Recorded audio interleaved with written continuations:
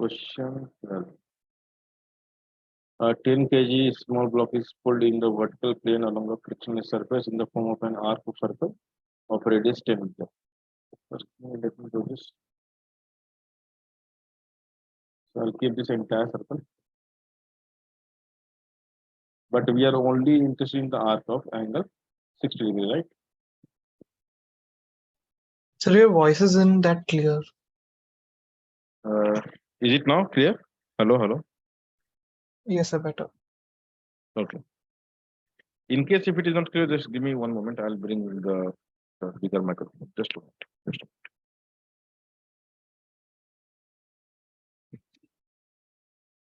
What will be the work done by gravity? Is it positive? Is it negative? Hello, hello. Are you guys there? Yes, sir. Yeah. So tell me, what is the work done by gravity? Is it positive or negative? So can you repeat the question? The block goes from A to B, as you can see in the diagram. Work done by the gravity will be positive or negative? Negative. Negative. Now, to know the work done by gravity, we just need vertical displacement. What is the vertical displacement? Anyone?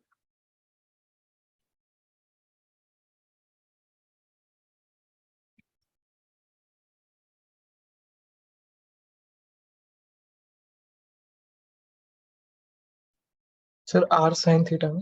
R sin 60. No, it is R into 1 minus a vertical displacement. This is the vertical. No? How much you have moved up, which is R cos 60, R minus R cos 60, isn't it? Yes, sir. Okay, got it. Which is minus mg R by 2.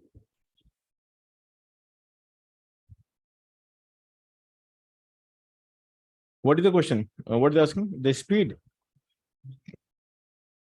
So apply the work energy theorem. What we should write here? Work done by F and work done by gravity equals to delta K. Fine, sir. I'll do it now. Yeah. So just substitute the value, write delta K, we get the answer. Any other question? Sir, also I had a doubt in, Yeah, beta, tell me which one? so I had a doubt in HC1. AC one. You have to just click the function. Because right now I in don't the have AC1. worksheet, I have a doubt in the 13th one also. 13. Just a minute. So 80 graph is given, right? But you can see there are two components. So what is AX? AXT graph means you will get delta VX and AYT will give you delta VY.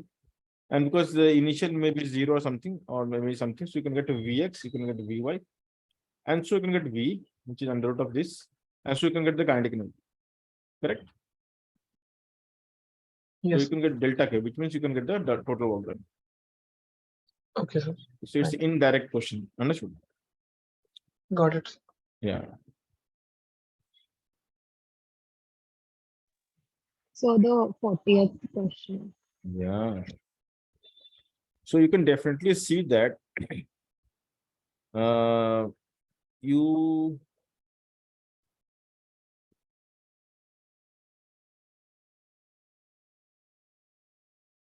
so you start from 1 meter and you stop at a 0.1 meter. So you're going from top to bottom. No?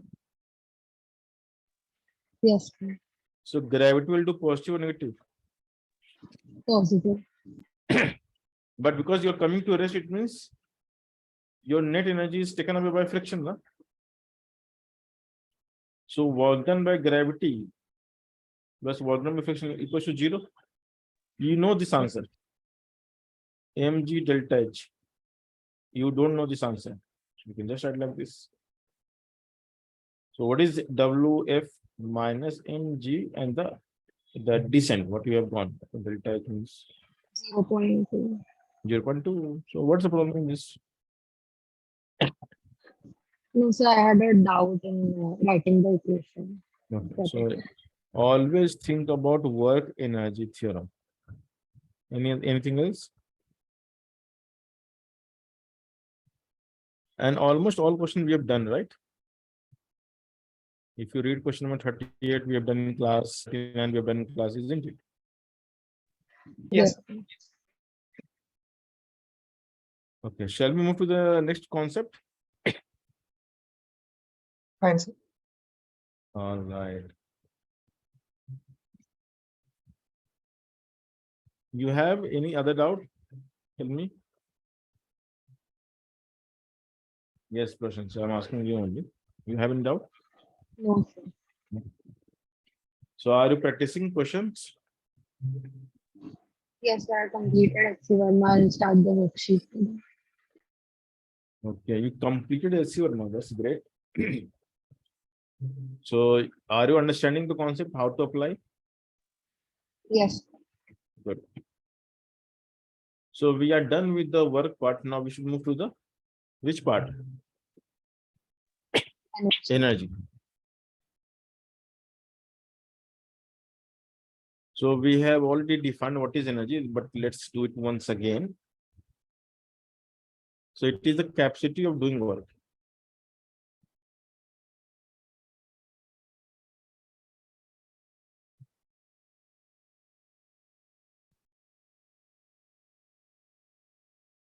So imagine our parents, they work very hard, they go to offices or they do their own job and they earn money. Okay. Now imagine you are moving on some by lanes and you suddenly find some bundle of money. Okay. So that money is like a gift, isn't it? And the money which you earned through the work is money earned through hard work. Okay. In physics, energy having given it some name actually. And the name depends on how it is attained, first of all. So we'll divide the energy into two parts. One is called mechanical energy. Another is called non-mechanical energy. Now it is obvious. What is the mechanical? In which some work is being done or not. So mechanical, what means? The energy which either you can store or dissipate or do something with through the action of work, through the action of force and displacement. So when we define energy in terms of work, we call it mechanical. But if some energy is present in the nature which is not defined in terms of work, we call it non-mechanical. So one very famous is the heat also. So heat is not defined in terms of work. It is something which flows from the high temperature body to a low temperature body without the expense of work. It just happens, right? So not all energy is mechanical, but sometimes if the energy is mechanical, it is easy to calculate. So this chapter will allow you to calculate the mechanical energy. And non-mechanical will have all this, like the sun rays, the electromagnetic radiations. So these are non-mechanical in nature. So this is what we, differentiate. Now, when it comes to mechanical energy, then we differentiate further into two categories. The first is called potential energy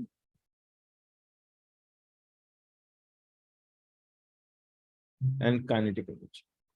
Always remember the word potential we define only for the mechanical energy. It means whenever there is a work involved in a process, sometimes we define that work as a potential. Potential is like some sort of a naming convention. Instead of saying the work, we call it potential. And you can, if you want to understand this, you can think this way. Let's say whatever hard work, Ambani did, that money what they saved doing the work is now freely available to their kids. So for kid it is potential, but for Ambani's, I mean their father, it is work. So someone's work becomes someone else's potential. That's the whole idea. So potential itself is nothing. It is work of someone, which we call potential. So for example, if I give you 20 rupees or 100 rupees to spend, then that is potential for you. You have the potential to spend 20 rupees because you have not earned, but still you having potential because someone has worked hard to give you that money. So always remember that potential cannot be defined if work cannot be defined.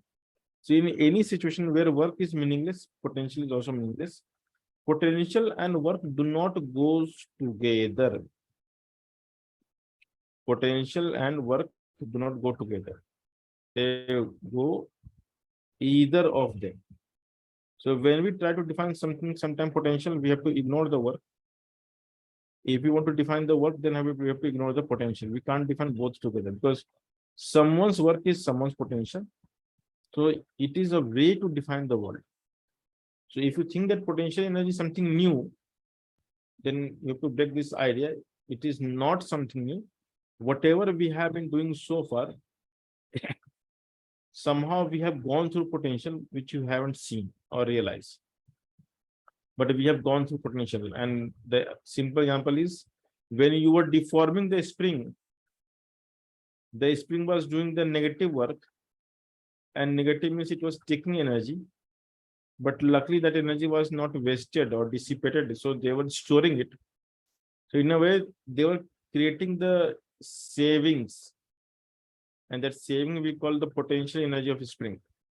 So whenever a system does a negative work, and if the negative work is not kind of getting dissipated or lost, then it gets stored somewhere, which is difficult to figure it out, like in which part of the space it is actually present. Can we capture it? The answer is no.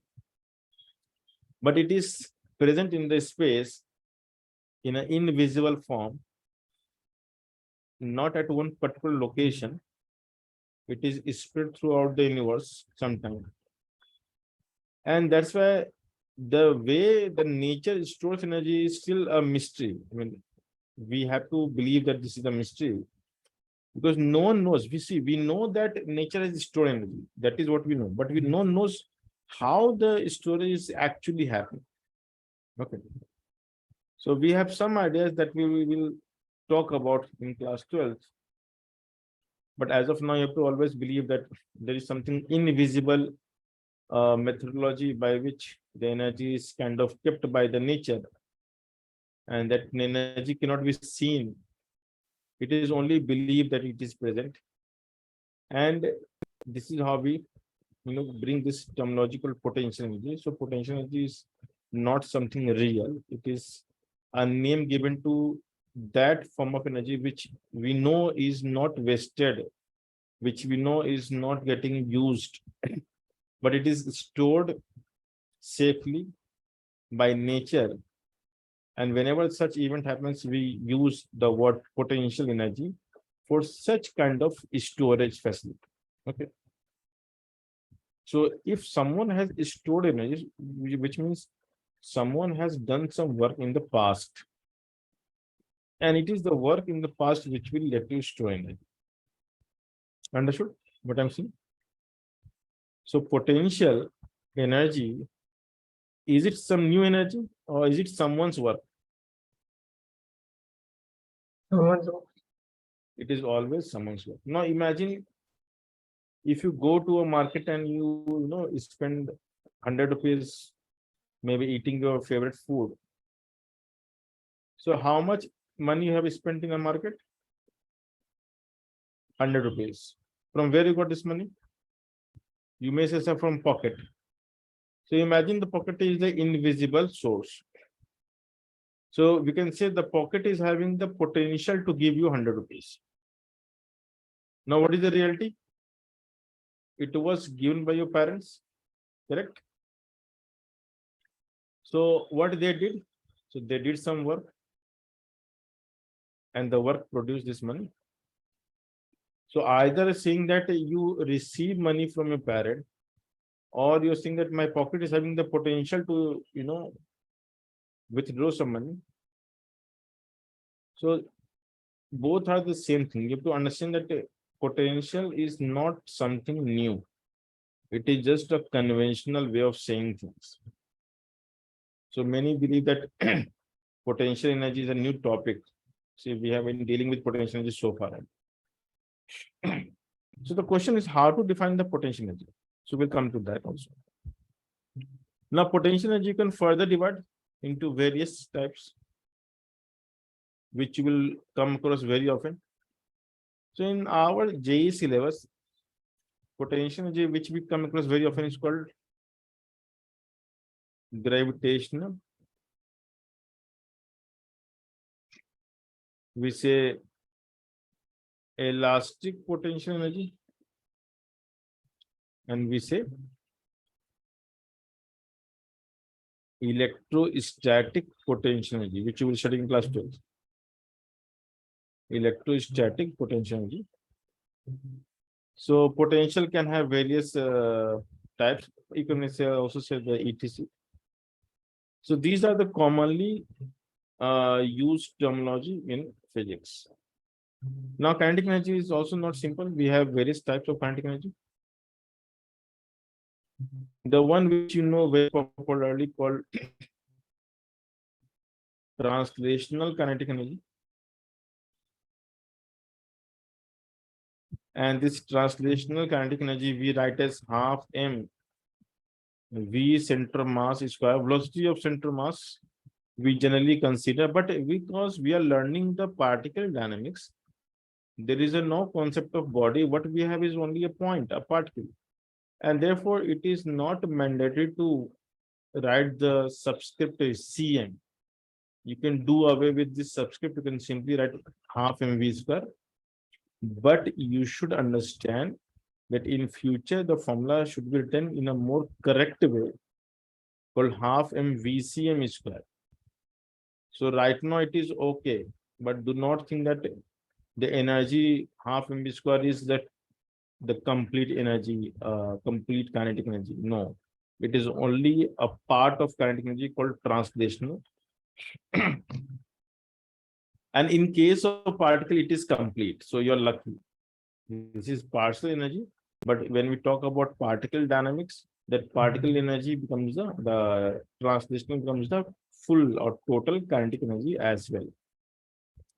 So these are the small things that you should be careful about for future, not for today. The other is called the rotational kinetic energy. And this is what you will study in the chapter of rotational dynamics. We write as half ICM omega square. What is ICM? We'll talk about moment of inertia later on in the chapter. And the third is something which we generally talk at a microscopic level. So we all know that you must have seen all the crystals. Maybe if you have seen gold or silver as a jewelry, you may think it's a solid particles, right? Or solid object. But if you zoom it, you will see there is a crystalline shape. Crystalline means it is having the repetition of the fixed geometrical shape, and atoms of the gold will be at the corner of the lattice. Lattice is like a cube. Okay. And it's a repetitive cube, like one cube after the another cube, after the next cube. Then if you stack infinite cubes together, you can, what you get is called crystal or lattice. And this lattice will have the corners, and the corners are the place where the atom actually reside. And beyond the corner, we have some space left, which we call voids or empty space. Now that empty space is very crucial, because as you give energy, the atoms start vibrating about their mean position, about their respective location. And that gives rise to the another form of energy, which is called vibrational kinetic energy.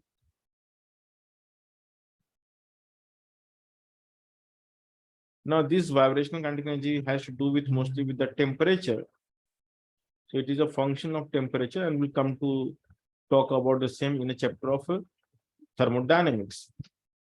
So for this chapter, what we should remember, and the answer is very simple for the chapter, your world is only about translational kinetic energy. Translation means the overall movement of the body, the overall, like how the body as a whole is shifting in space.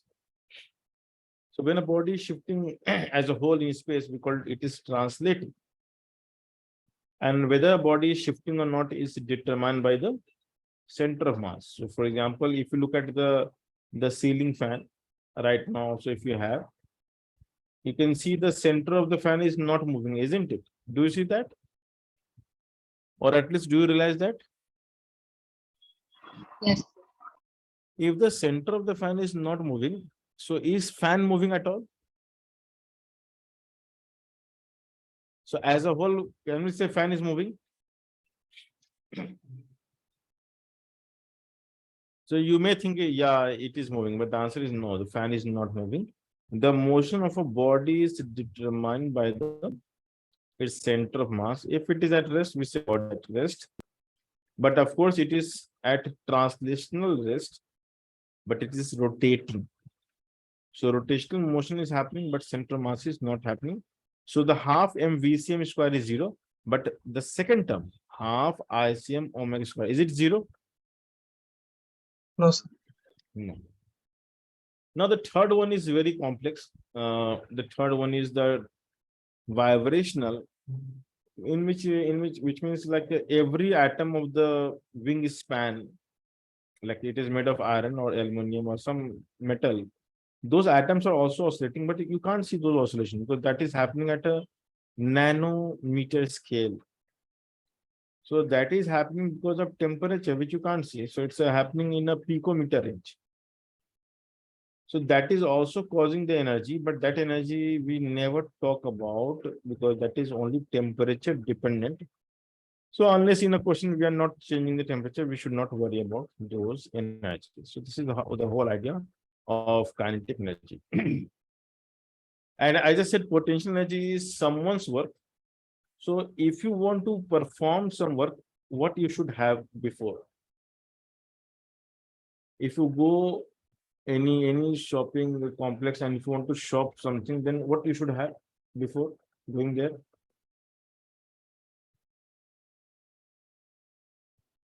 Tell me.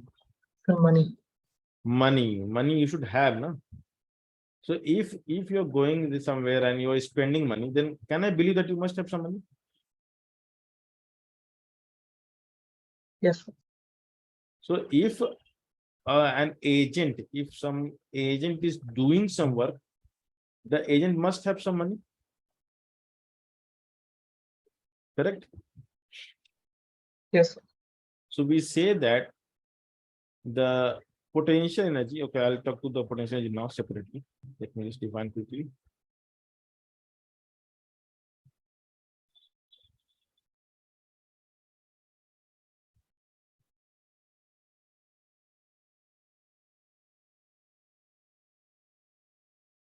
So what is the definition of potential energy?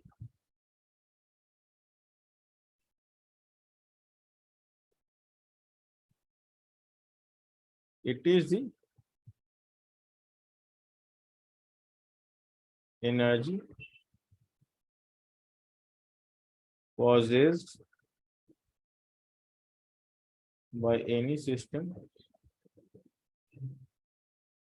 by virtue of its configuration in, I will say, interacting system is called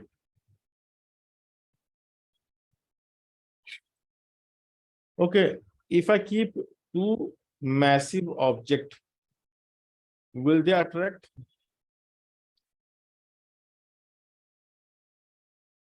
Yes or no? Will they attract? Yes or no? If we have two massive objects, will they attract? Yes or no? Come on, tell me. Yes. Am I audible? So every mass will attract each other. That's called gravitational attraction. You know this? Yes or no? Yes, sir. So when we have a system in which the interaction is pre-existing. It means their interaction is inevitable. They always interact. For example, mass will interact with mass. Charge will interact with another charge, isn't it? So if we have two charged particles, will they attract or repel? The answer is yes. So charged particle will interact, mass will interact. So the idea is when we have a system means anything, whatever you have. And configuration means how you arrange in space. That's called configuration. So configuration is having a very special meaning that one should be aware of.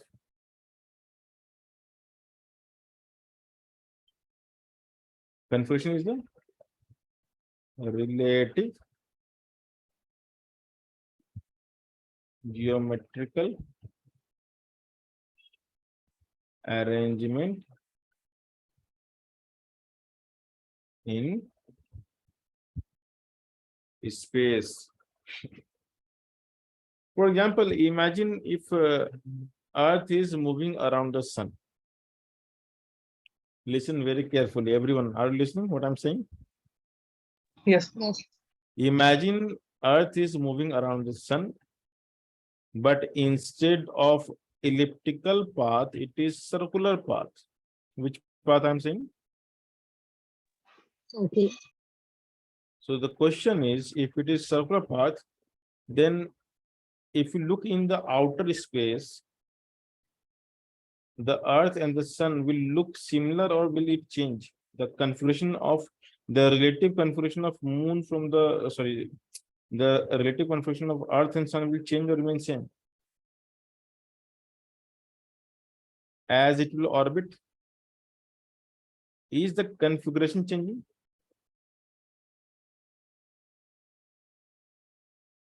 Okay, not realizing. So if this is sun, and if Earth is moving in a circular orbit, let me draw it.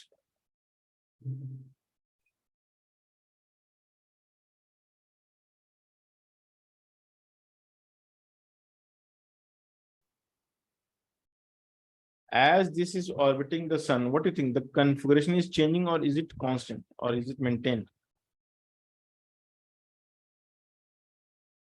It's a little change. Okay. So now we need to understand what is the meaning of configuration, right? Relatively, are they changing their separation? Okay. Now imagine in a empty space, will you see any change if it is here or here? See, we have to only think about sun and earth, not about ourselves. For sun and earth, it is always at the same distance, no? In space, does it matter if I put the dot here or here? If I put the dot here, what do you think? The configuration will change or remain same for sun? Same. So does it matter where is the earth? All are equivalent configuration. Do you realize this fact? Yes. Yes. So configuration depends on the separation, relative separation. So unless you don't see any change in the relative separation, we believe that there is no change of configuration.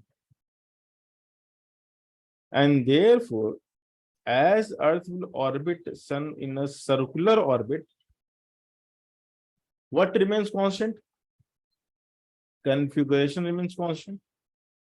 And one configuration of system of particles or any system will possess only one particular potential energy. Now the question is, how the sun and the earth is existing in this particular configuration? So today's configuration is yesterday's work. Now the question is, who did this work? Now, because we don't know the name of the person who did the work, we say it is done by the God. So the present configuration of this earth and the sun is a configuration by the God. So someone has done some work to make this configuration. This is how we believe and study the potential. So if I ask you, what is the potential energy of these two interacting bodies called the Earth and the Sun, you will say it will have some potential. And now the next question will be, as it is moving, as the sun is, as the Earth is orbiting the sun, is it changing? So what will be your answer? No, it won't change. Now comes the two different types of question. Are these particles attracting each other or repelling each other? Attract. Okay. So whenever we have the system, a configuration of a system in which forces are attractive, the potential will be negative. A negative potential energy is the manifestation of the fact that the configuration which we see today was very much needed. In a way, from no interaction to interaction, the event was favored by the nature. For example, if I have sun here and earth here at infinite separation, will they interact? So we say at infinite separation, they don't interact. But let's say if it is not infinity, then what will happen? Will they interact? Yes or no? Yes. Now remember, at infinite separation between two objects, we always believe there is no interaction. And no interaction means we believe that this configuration will have zero potential. Now it is assumption. I am saying it when they do not interact, then what is the potential? Zero. Okay. Now, if I release this object after bringing at some separation, and let's say they start attracting each other. As a result of attraction, what do you think? What will happen? Will they come closer? Will they go away? Closer. So coming closer is as per nature or against the nature?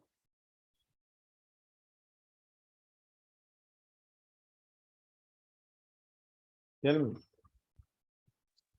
As per the nature. So this is done by the nature, no? Or are we doing it against the nature? This is happening as per nature. Tell me, yes or no? Yes, sir. Persons are telling me. Are you getting it? What I'm saying? Yes, sir. What I said.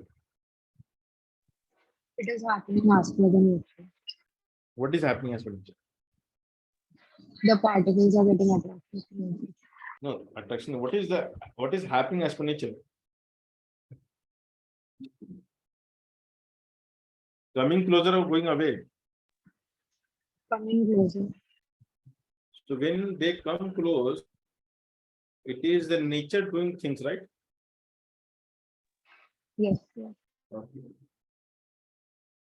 So you're going from the unstable configuration to more stable configuration, isn't it? Yes, Now sir. you should remember, nature always goes or does something in order to minimize potential or lower the potential energy. So when they come closer, the potential will decrease or increase. The potential energy should decrease or increase.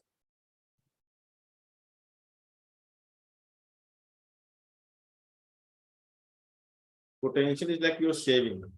So if you come closer under your own attraction, what do you think? Your energy will grow or shrink? Will grow. Will grow, right?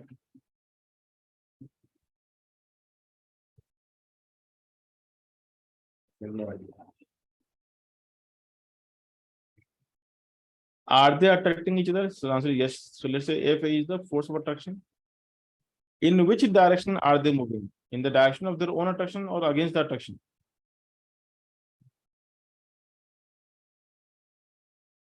What is the movement happening? In the So in direction of their force. own attraction. So in the direction of force, work is positive or negative? Positive. Positive work means what? You're spending money from your pocket. Yes. So your money will decrease or increase. Decrease. Decrease. So how much money you had in a pocket in the very beginning? I have written there. You can read. How much money I have written there? The money in your Zero. pocket was 0, and now it is decreasing. So how much money will be left in your pocket? 0. Negative. Negative. Negative. You need to understand. See, that is the problem. I'm not saying 0 is the real answer. I'm saying that 0 is the assumption. We believe or assume mathematically that when there is no interaction, we call such energy as 0. When they come closer, the energy will reduce because the assumption was 0. So what is less than 0? Negative, isn't it? Negative. And this idea will help you in understanding that when some formulas are positive and when the formula is negative, when the potential energy will be positive in nature and when it is negative in nature. So as you come closer, your potential will decrease or increase. Your potential energy will keep on decreasing as you come closer, yes or no? Yes. But as this energy will decrease, how it will appear to you?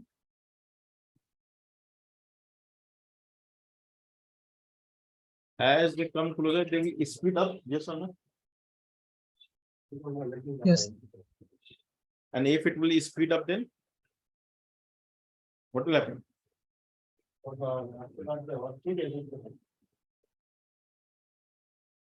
Just one.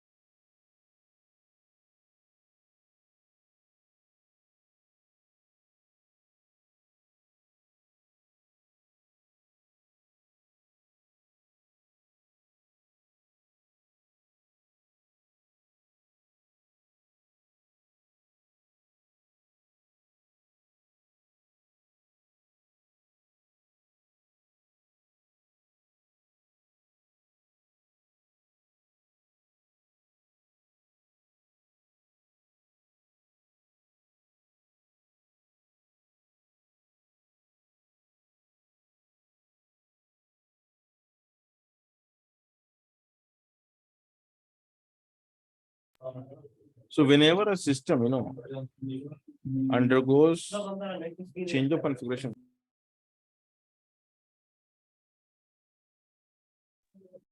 So whenever a system undergoes, change of configuration under its own attraction, it will use the savings. It will consume its own energy. And therefore, when they come at some smaller separation, or as they will come closer and closer, the potential energy of the system is going to decrease. Do you realize this, what I'm saying? Yes. You are consuming your own energy to do this work, right? So when you consume energy to do the work, your energy will decrease or increase.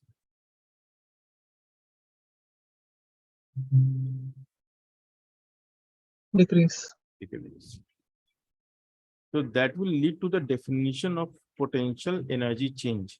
See, can we really define the potential energy? Can we define absolute potential? No, sir. No.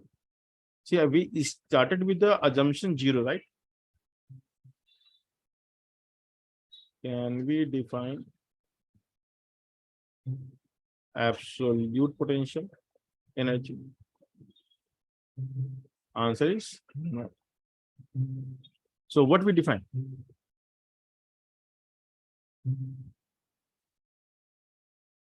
What we define actually?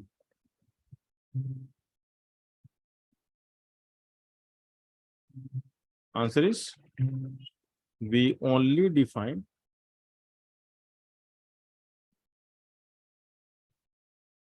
the delta U, the change in potential energy.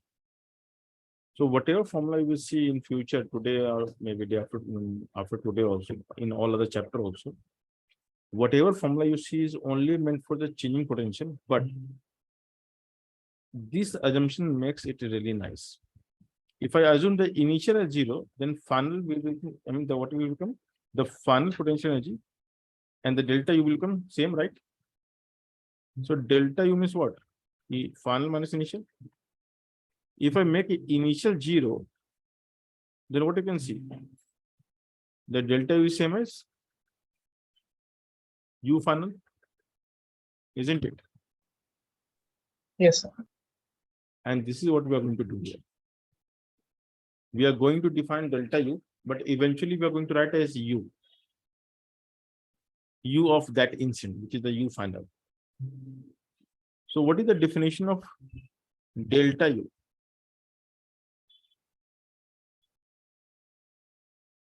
It is very easy. Delta U is defined as negative of work done by system. Now you may ask why negative? Because actually it should be other way around. Work done by system is how much? When you do the work by consuming your own energy, right? So loss in potential is the work that you perform, isn't it? So let's say you had 100 rupees, now you have 80 rupees. How much you did the work? Work is how much? 20. Now what is the delta U? Final minus initial, how much is this? So how to relate these two terms? Tell me. So can we say delta U is minus W system? Yes. So that is why this is the definition. So work done by system is equals to negative of changing potential. It is clear? Yes. There is a second definition.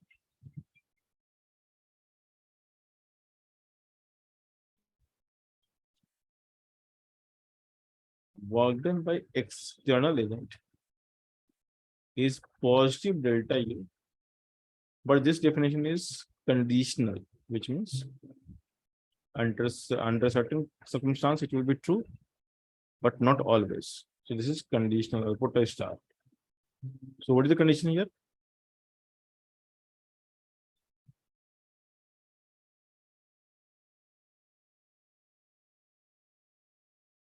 Not always true. So the condition is this formula is only used when you change the configuration, and when you change the configuration, you make sure that you don't change the kinetic energy of system. So we call it when we change the configuration slowly, then this is true. So when external agent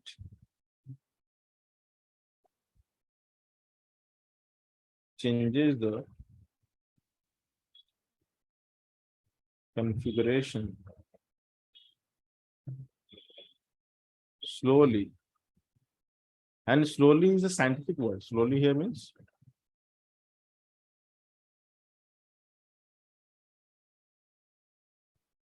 delta K is close to 0, roughly 0.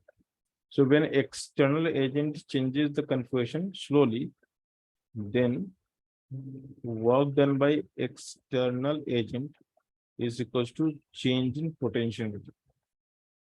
See, we are talking about the external agent, not the system. So this is always true, but this is conditional. I hope you remember the condition. Okay. Yes. So the work done by external, this is the definition, and every formula we are going to derive from here on. Okay. It is very easy. It's not difficult. I'll show you how to derive. If you only remember the formula, that's more than sufficient.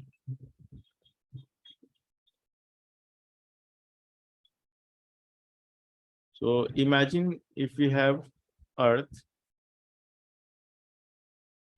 of radius capital RE. I'll start something called the gravitational potential energy.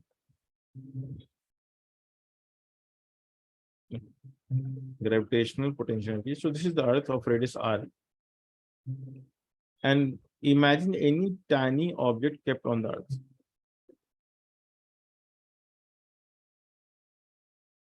Now you guys tell me, what is the separation between this object and the Earth?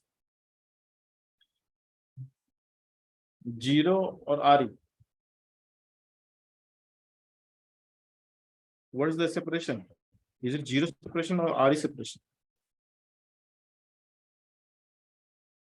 Or what is the distance between the Earth and the object?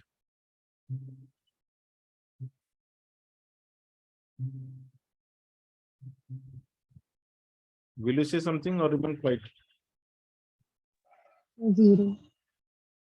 Okay, so when I say the word separation,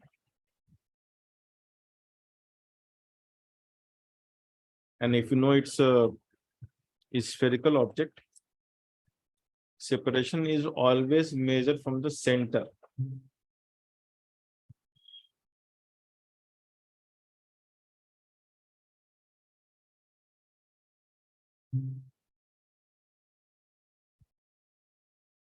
But if I ask you, what is altitude here? Is it 0 altitude or some positive altitude? 0. 0. So altitude is measured from surface of Earth. I hope you remember the distinction. So what is the meaning of separation and altitude? Separation you measure from where? From the center. Center. But altitude from? Surface. Okay, so what is the separation between Earth and the object? RE. RE. So it So- will be RE plus some constant. So the RE plus, okay, we are assuming the size of the object is very, very small. Okay. Fine. So we are not considering, because Earth is such a huge, so compared to RE, what is size of Burj Khalifa? So what is RE? Do you know RE value? Anyone? What is RE? It is 6,400 kilometers. And Burj Khalifa is less than 1 kilometer. It is something like 840 meters. So tell me, how small is Burj Khalifa compared to Earth radius? 6,400 times smaller, right? Yes. So can we assume it is nothing? Yes. Sir. So even a Burj Khalifa is like a particle, it's like a dot on the Earth's surface. So don't think any other thing on Earth will be bigger. Okay, so everything which I draw will have no dimension, not to worry about dimension of the object. But this is one configuration. Now, if I try to raise this height by h value, tell me what will be the configuration? Is it changing or is it same?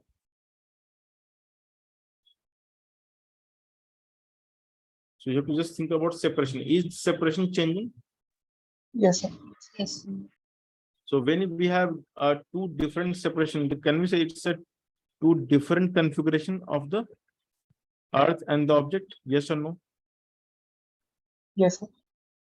So you tell me, when you go up, then what will happen? I'm assuming h to be really small, so no need to worry about the h value. It's very, very small compared to the Earth radius. So when you go up, you're going against the nature or as per nature? Against the nature. So nature is not happy, no? So will it be done automatically, or we have to do some work to make it happen? Some We work. have to work. We have to do the work, right? And when you will Yes. do some work, then potential energy will increase or decrease. Will increase. Will increase. See, whenever you change configuration in which the configuration will change, potential will change. But if the configuration is changing against the nature, potential energy will increase. Okay. So how to write delta U? So what is the force between these two? It is mg. I will take only one of them. So if you go h above, what is the work done by gravity here? mg. Mg is acting down. You are going up. What is the work done?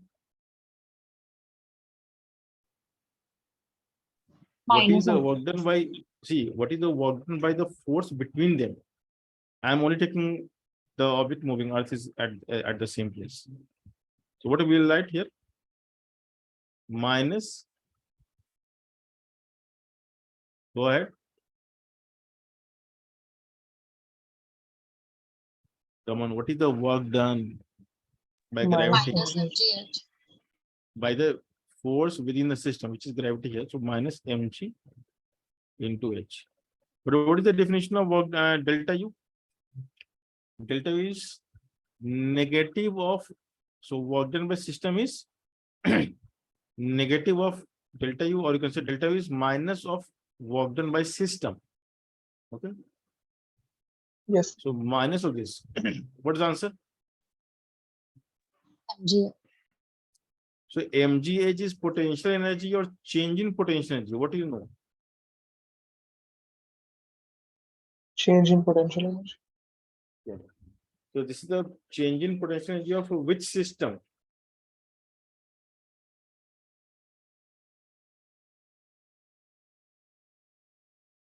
Which system? What is our system here?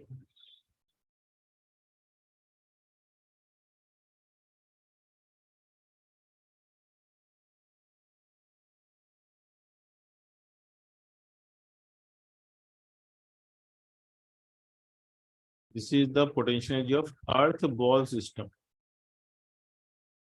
Do you realize this? Yes. Is it potential energy of ball?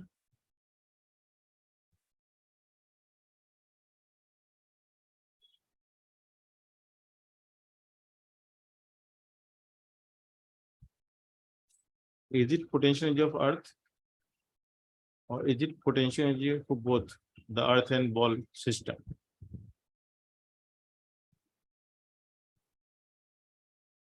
What will be your answer? Sir, both. Yeah, potential energy belongs to everyone who interacts, not to one. So we cannot say that potential energy belongs to this or that. We say it is for system. And we cannot assign to individual particle of the system or individual body of the system. Is this clear?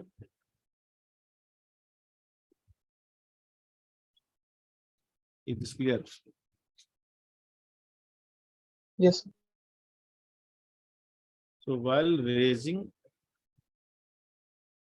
ball, this is the delta U. You have seen that it is increasing because the ball is going away from the earth, which is against the nature. Okay.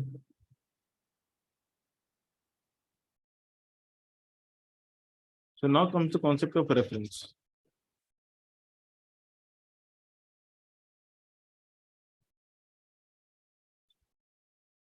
So what we do is we choose some reference and we assign 0 value to potential.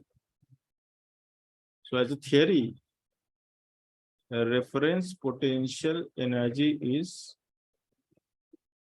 taken as 0.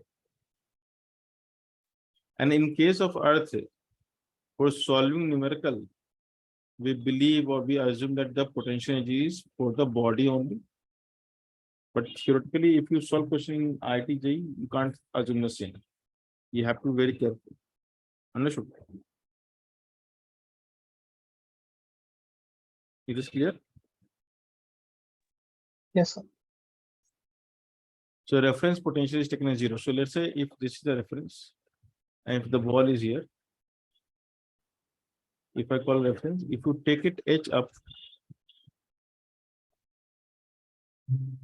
so what is the potential initial? We say 0. What is the new potential? Let's call U, which we don't know. But what we know is the delta U. What is delta U? MGH, right? So final minus initial equals to MGH. So what is U here? So as a thumb rule for solving numerical, we take above the reference positive potential, but below the reference negative potential, and add at reference 0 potential. Is this clear what I'm saying? For example, if I take a reference here and if something goes below this line,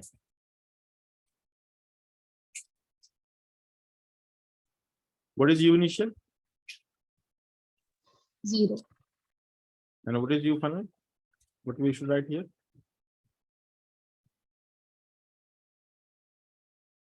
Is it above the reference or below the reference? Below. So how to add the potential energy below the reference? Negative MGH. Minus MGH. Is a reference always at the bottom? Can you take a reference at the top? Yes or no? Is there any constraint on the assumption of reference? Tell me. No, sir. It is only a method of solving question. It is not any theory.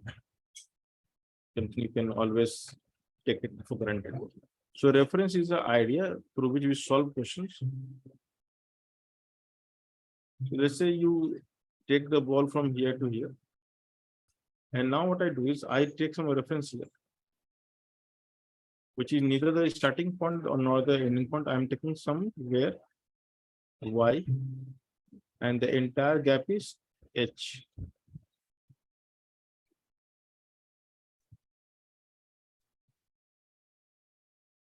So you're taking this object from here to here by H. Where is the reference? You can see. So what is U initial?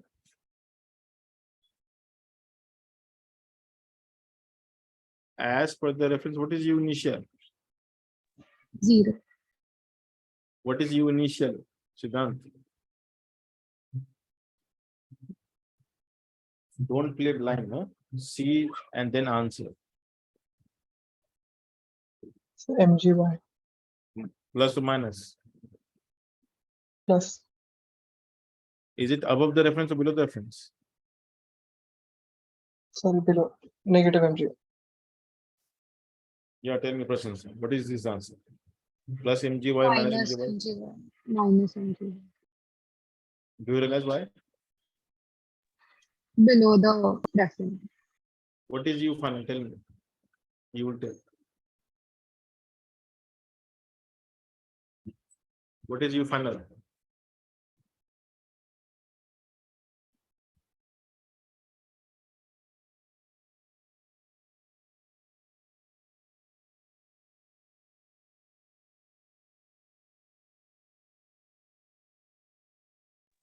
So MGH.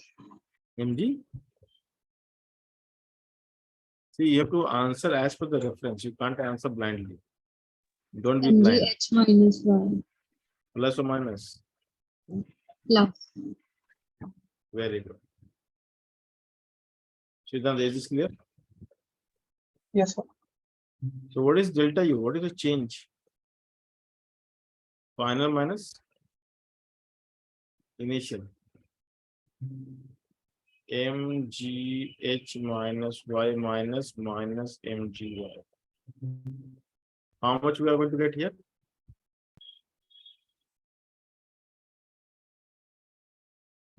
The idea is the change in potential energy will always remain independent of the reference. So reference is not something which you should be worried about. Take anywhere as you wish. Simply write the initial final and solve the question. The reference idea will not affect the answer. Or choice of reference will not affect the answer. The final answer will be independent of the reference taken. So for solving question of gravitational potential, we always choose reference and we write the answer. For example, if I again tell you that we have a hemispherical wedge.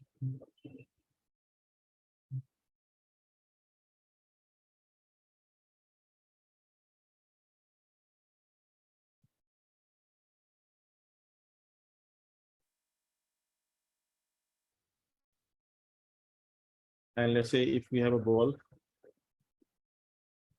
I take from here to here, and let's say I take it from A to B and then to C. And the C is making some angle, it's called theta. So what is the delta U from A to B? For the change in which you take it from A to B, what is delta U?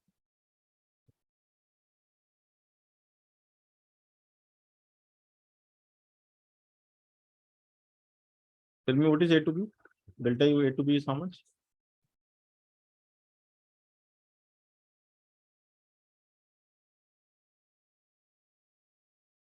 Tell me guys quickly. MGR. MG? R. What is delta U from B to C?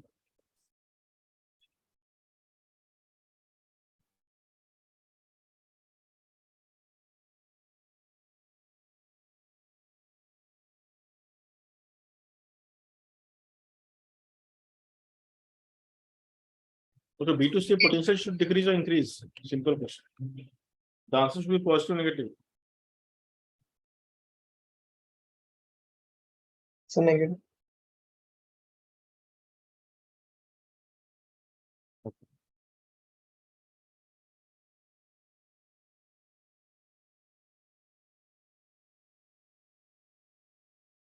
Very good, that's correct.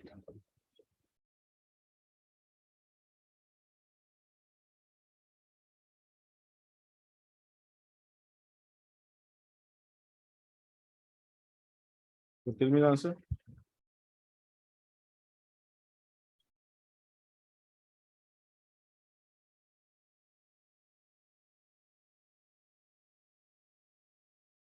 So like for this question, we have to find the vertical displacement. Yeah, you have to think about that one.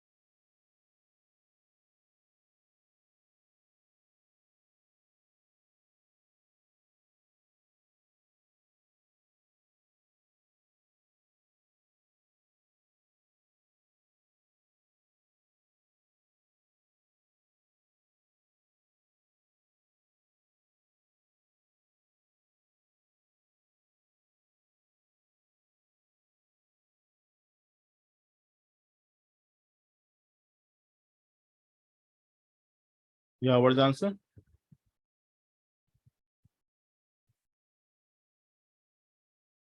So minus MGR into cos theta minus 1.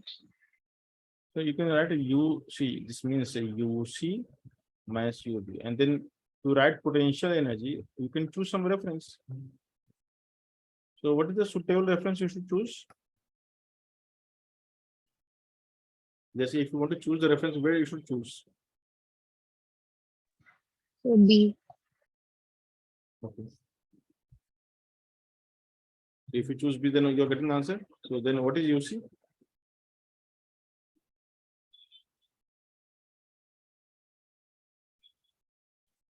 See, the formula is simply MGH, from the reference, the formula is the MGH plus minus whatever.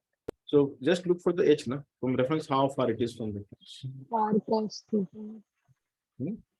From reference, it is R minus R cos theta. R minus R plus theta. So I think we could have taken the base as the reference. That is better. You will guys, base is better reference. But choose Yes. this as a reference. It's easy, no? Because I can at UC is simply MG R cos theta, and UB is MGR. So I got the answer.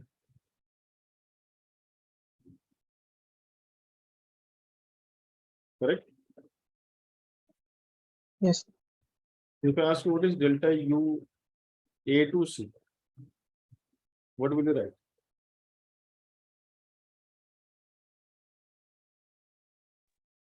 MGR cos theta.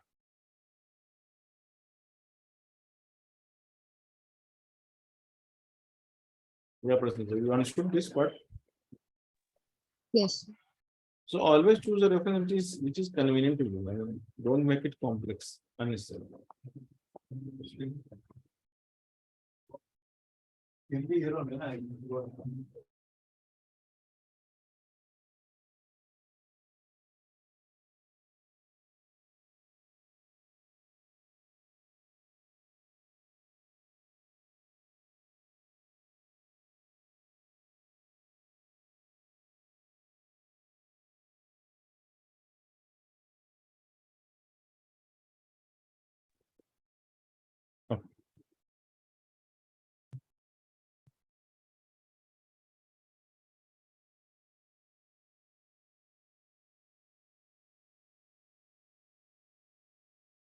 Okay, so you will come across questions like this.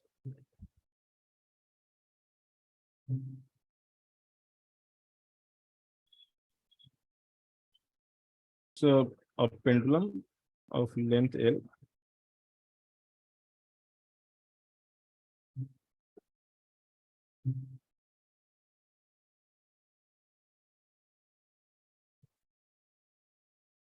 and let's say this is theta, the length is L.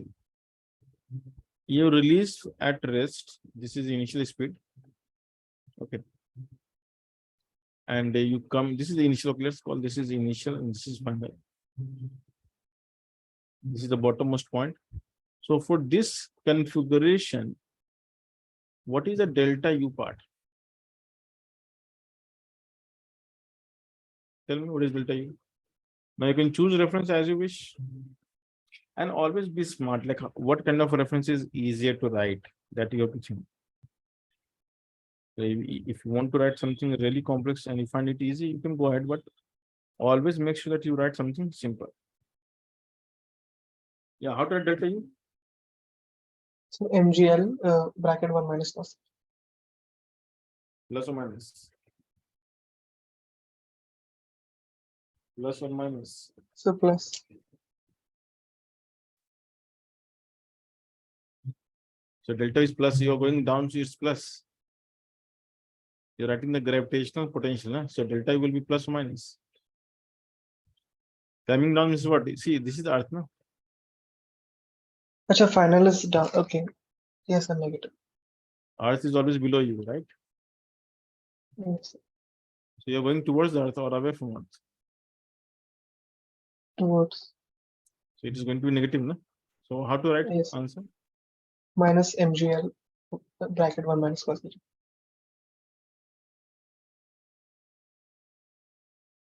Yes, Prasanta, you got the answer? Same answer? Yes, sir. Are you sure? Yes, sir. So where you took a reference?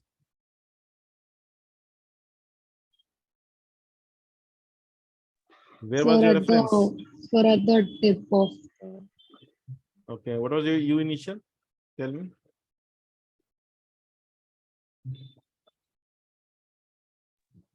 for MGL. Why you are lying to me? Tell me. Why are you lying to me? What is the reason?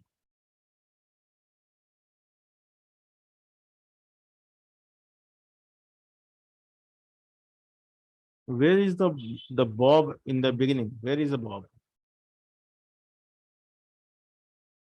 It is here, right? And how much below it is from reference? Is it L below? No, sir. L cos theta. So what is U initial? Mg L cos theta. What is U initial?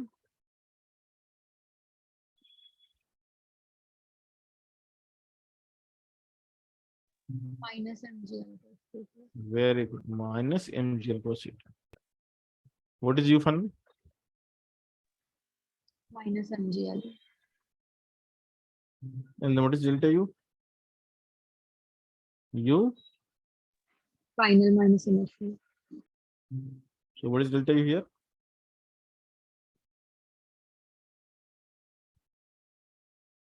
Minus Mg L into 1 minus PC. Okay. So I hope that you should be able to write the delta U. Now we'll talk about the uniform chain and rope. So in this chapter, we come across uniform chain and rope problem.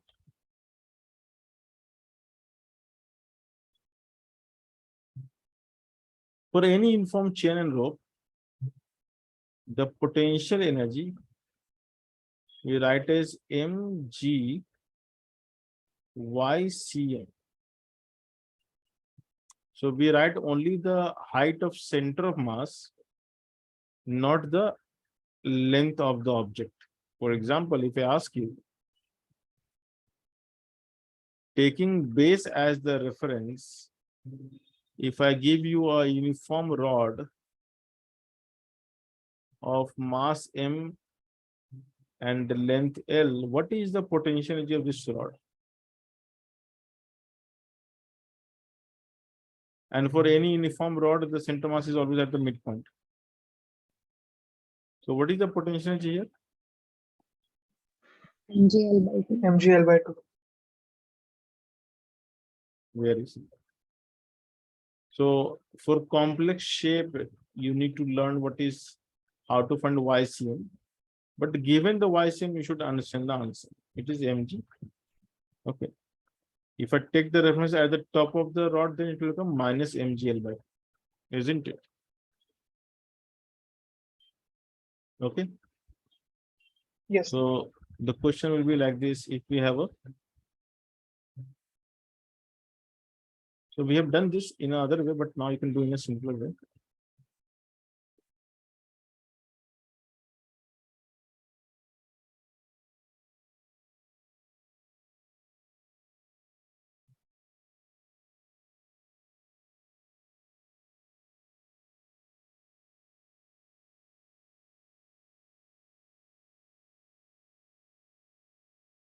Let's say this is L by 3.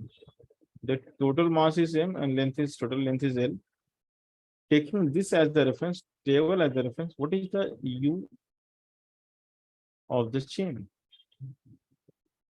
What is U of the chain? Tell me. What is U of the chain? Tell me.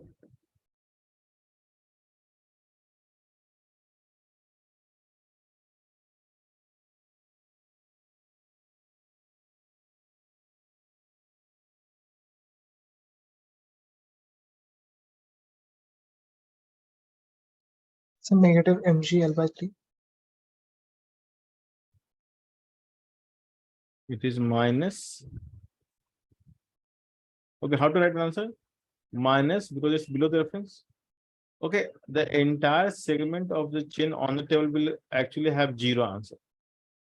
So that part will not contribute anything, so we can ignore. We should only focus on the part which is hanging. Now, first of all, you should think this way. The part which is hanging, we have the mass. How much mass? What is the mass of the hanging part? Tell me, persons, what is the mass of hanging part?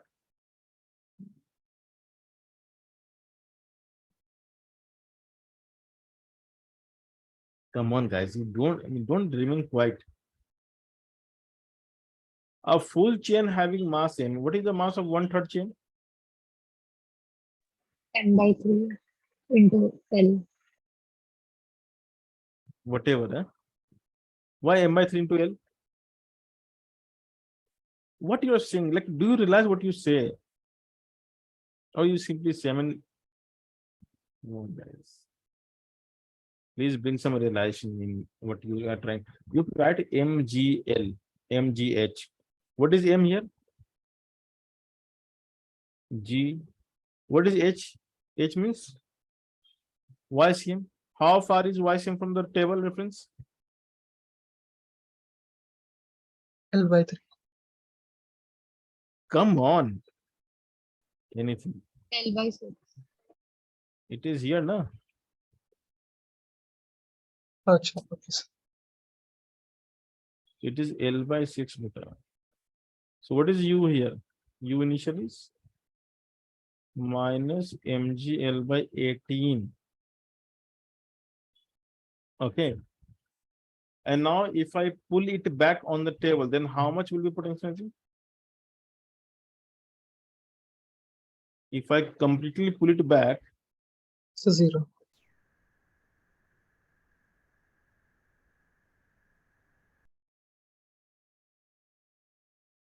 so let's say an agent is trying to pull it slowly and pulling back on the table. So what is the U final? 0.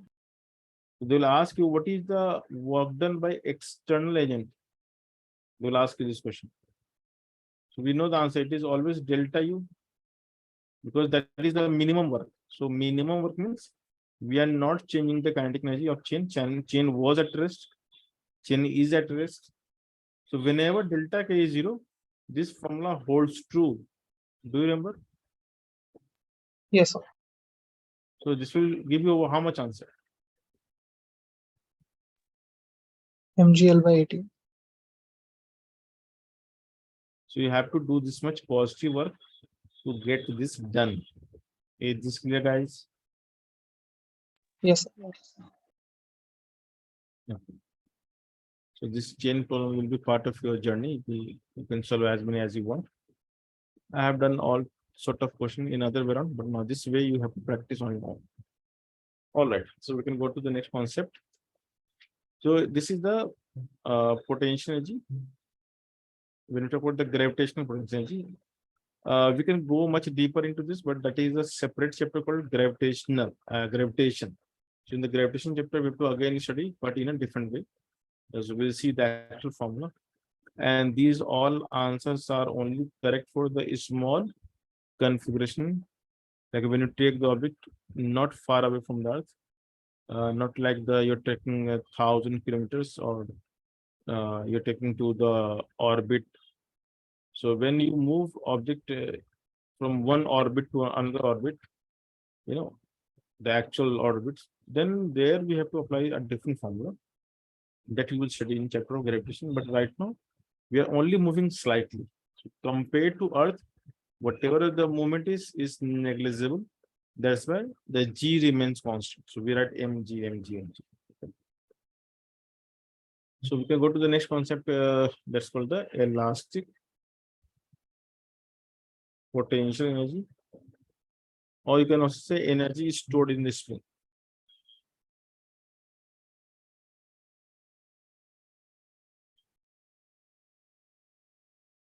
What to remember? A deformed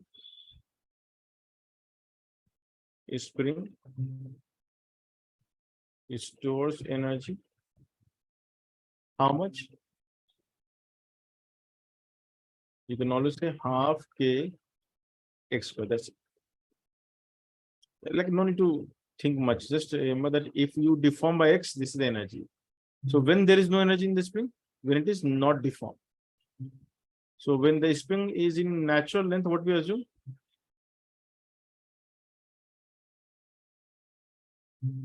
When a spring is in natural length or undeformed state. Is this clear what I'm saying? Yes, sir. So when the spring is in the natural length or undeformed state, we take mu equals to 0. Okay. And when it is deformed, either you compress it or elongate it, doesn't matter. Don't think that deformation means elongation. Deformation means when you change the length. If you change the length by x, it is always positive. So potential energy is always this much. You store this much energy, and that energy you can use it for other purpose. If you go back to your natural length, this energy goes to someone else. Is this clear? So it's very simple how to write this answer. So what is the reference here? In the chapter of spring, the reference we take as natural length. Is this clear?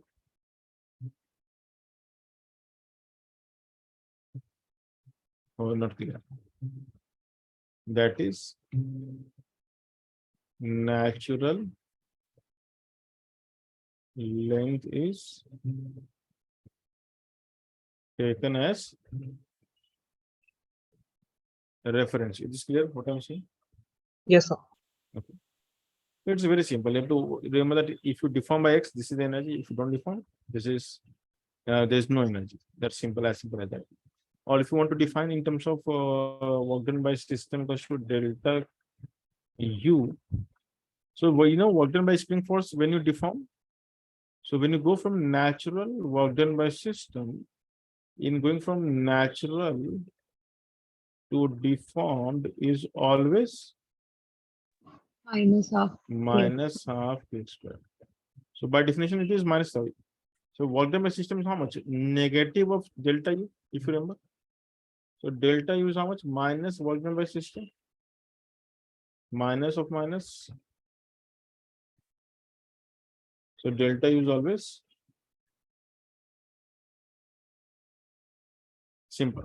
Understood what I'm saying? Is this clear? Yes, sir. So whatever, see, if a system will do work,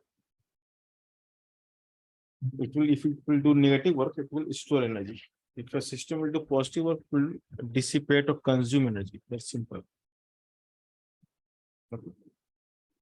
Because we know that a spring doesn't want to get deformed. So getting the deformation is as per nature or against nature.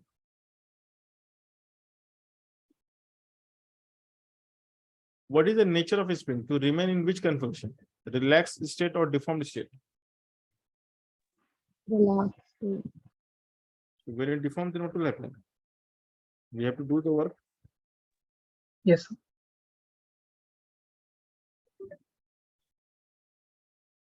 Okay. So delta is half kx square. Is this clear? So these are the two formulas which you need to remember, nothing else. I'll just go to quickly the kinetic energy. So I have given you the formula, but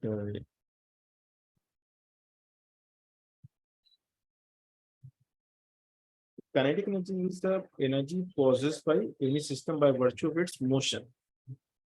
So what is definition? Kinetic energy.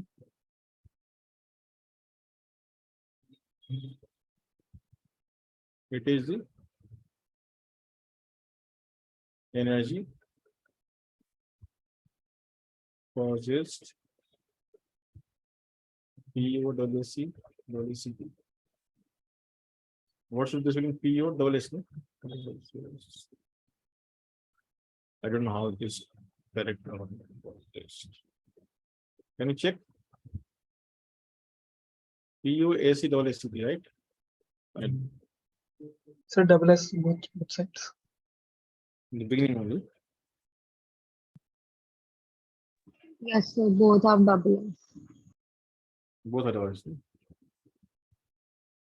Yeah, both are double. POCS.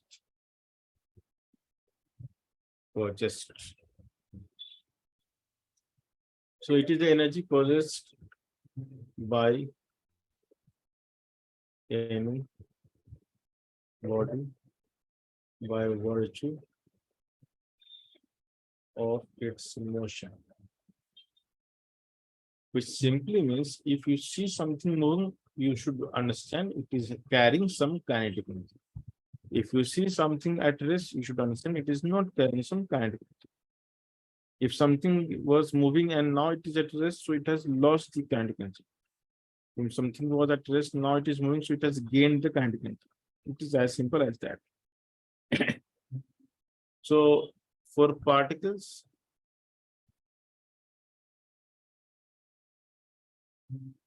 when I say the word kinetic energy, I always mean translational. Okay.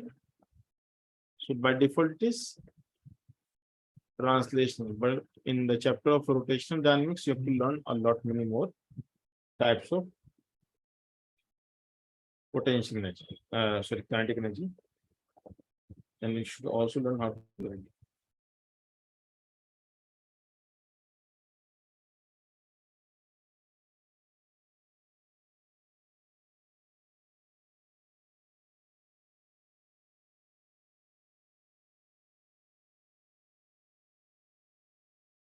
So this is the kinetic energy formula. No need to think of how to derive. It's very simple. You can think as anything moving with some speed u or v less than v, and now it has come to rest, and some force was applied here to stop it. So let's say the force is constant, so it will produce constant retardation, right? So what is the retardation formula? AR equals to? Okay, I should not expect anything from you guys. It is force upon mass, that's called AR. So we can say displacement will be how much? So V square equals to U square plus 2S.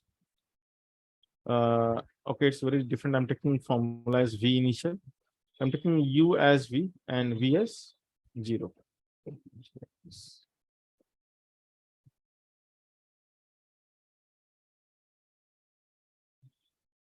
So this is the initial velocity I'm taking as V1, so that it looks good. So U I'm taking as V and V I'm taking as 0 anyway. So V square equals to U square minus 2ARS. So V square equals to 2AR is F by MS. So Fs is MV square by 2. So you can see that this is the work done by the force basically. And because we know the force is doing the negative work. So this is minus Fs, which is minus half mv square, which means the force is able to extract this much energy from the body.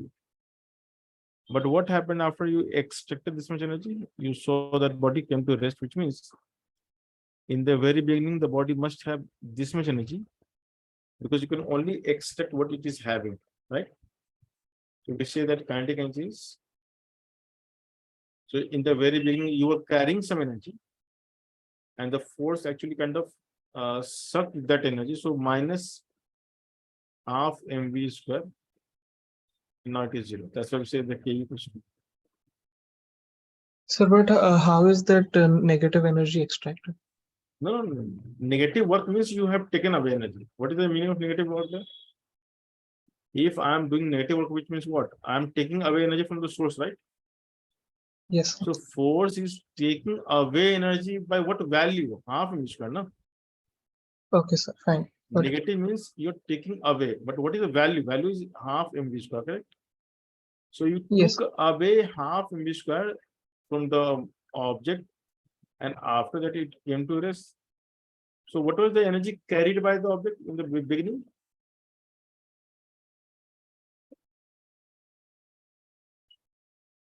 Half Half mv mv square, square. no? That's Yes, why the formula is half mv square. So half mv square is just a way of saying. Okay, sometime in a chapter of collision, we prefer writing kinetic energy in terms of momentum. So we all know momentum is mv. So P square is how much? M square V square. So P square by M is mv square. Now so you can say P square by 2m is half mv square, which means sometime we write kinetic energy as square of momentum upon 2m. So momentum we can also write as 2mk under rho. So you have to remember these two formula, which will find application in modern physics as well as in chemistry. So sometimes we write momentum magnitude in terms of energy. So a certain amount of energy will give you certain amount of momentum, and a certain momentum will make sure that you have some. So if you are moving, you have momentum. So whenever you have momentum, you also have kinetic energy. So these are simple relationship. So I can put a heading, maybe separately.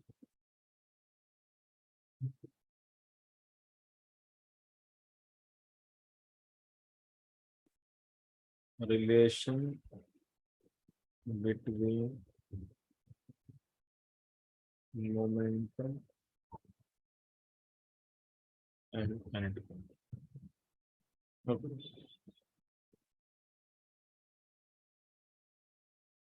So this is always a relation which you can use. Sometimes they'll tell you that if I change the momentum, then what will happen to the kinetic energy? If I make a 10% increment, then how K will change? So you can use the formula and write the proportional relation. Okay. So if you know if the momentum will change by 10%, the kinetic energy will become a square of that. So you have to do the subtraction. So you can always write a relation between the change in momentum versus change in kinetic, okay, and vice versa. So the percentage change in kinetic energy. This is a simple relation. The delta K by K we write as final initial into 100, as you know, but you can also further simplify as K final by K initial minus 1. And because kinetic energy is proportional to momentum, if you remember, so you can say P final by P initial whole square minus 1 into 100. It's easy to get that change in kinetic energy when you know how potential, how momentum is changing. So if you make 10% increment, the P final will be 110 and P initial is 100, which is like 11 by 10 square minus 1 into 100. Similarly,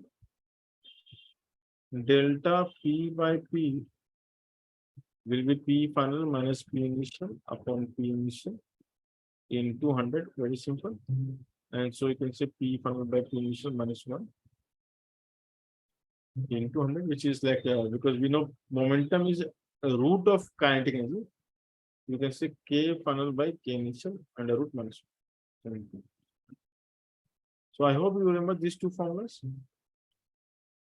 And it is pretty simple, like, you know, in high school, you studied the percentage profit, percentage loss. Do you remember?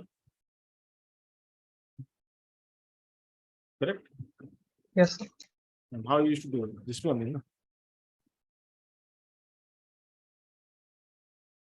Okay. All right. So I hope this is clear. Yes.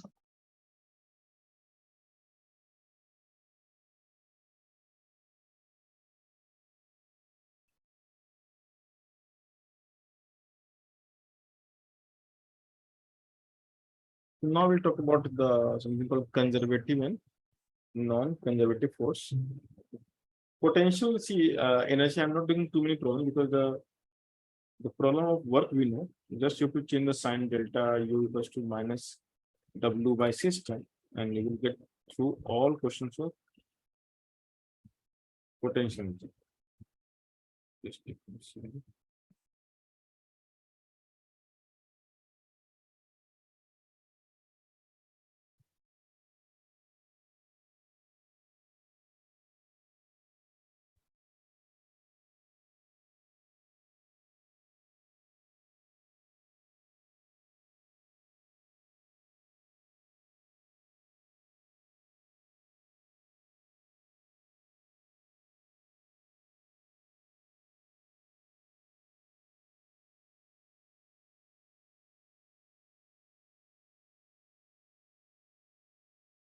Okay, so we can go to this concept directly. Concept of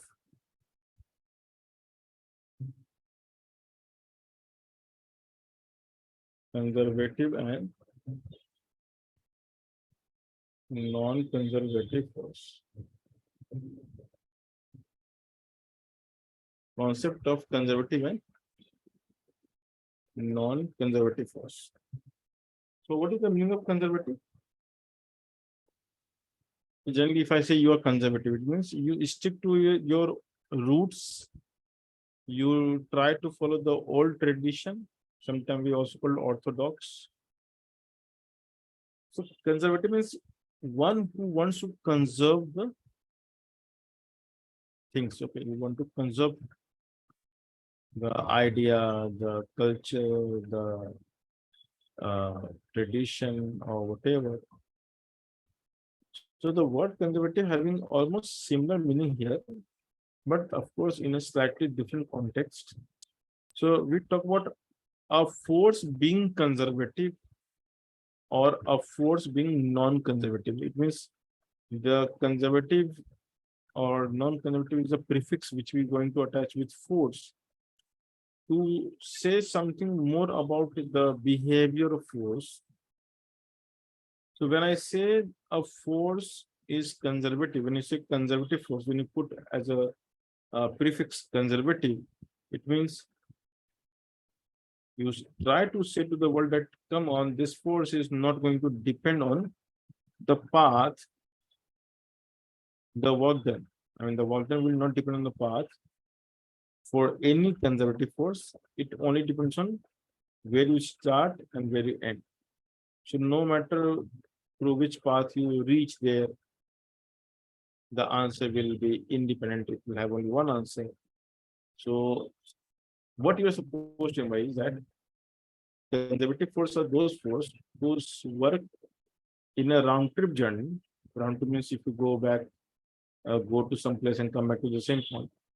In a round trip journey is always zero, and between any 2 points, it is always independent of path. So that's the whole idea of conservative force.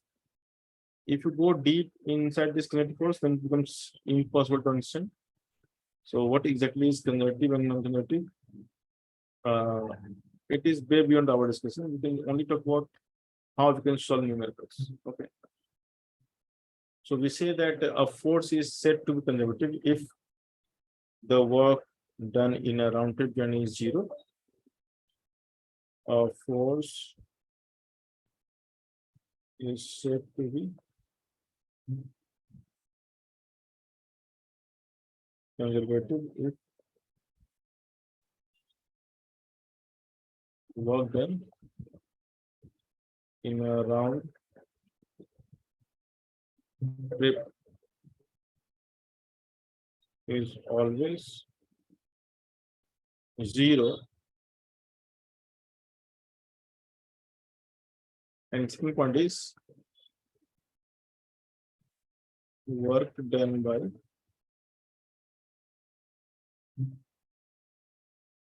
conservative force remains independent of path taken. That is work done by conservative force is point function.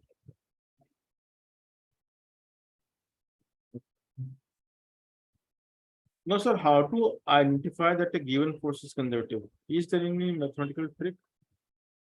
To some extent, yes. Okay. To some extent, it's difficult. But for you, it's very easy. I'll tell you. Some key points you should remember. It is like identification. Every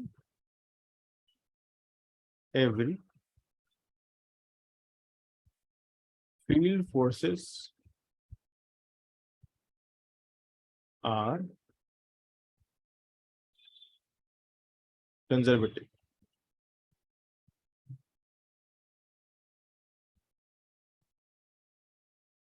Now, what is the meaning of field forces? So you will come to know later on that a gravitational force is due to the gravitational field.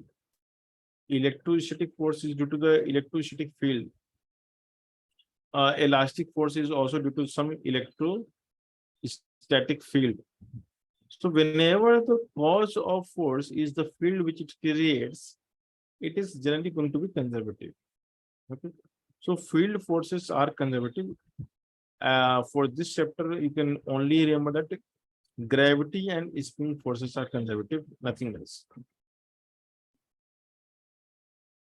So, like, for example, gravity and gravity, elastic.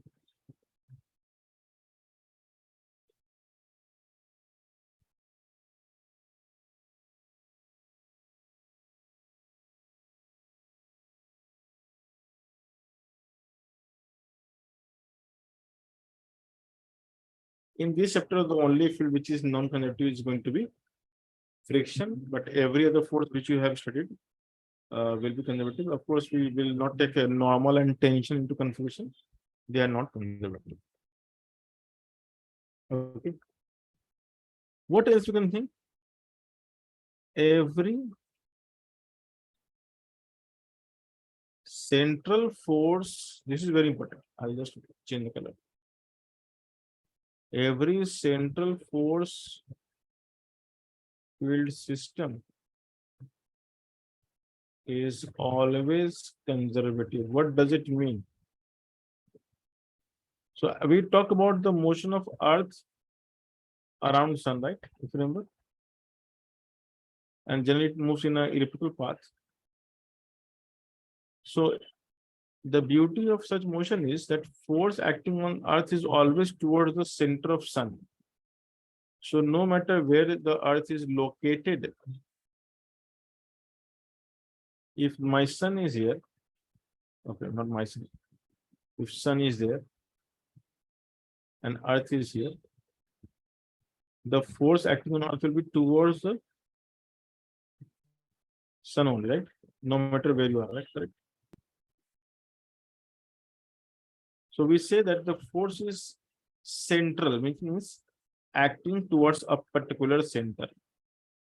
So any force which is central in nature, which you will of course come across through some experience. Generally, the electrostatic and gravitational forces are central force. But anyway, if a force is always acting towards a center, okay, it is generally conservative. So all central forces are conservative. It should act towards the same center always. So we say it is conservative. Some other key points that you should remember. Of course, the gravity, elastic or spring force, electrostatic, that is the force between charged particles, all are static. Okay. Sorry, conservative.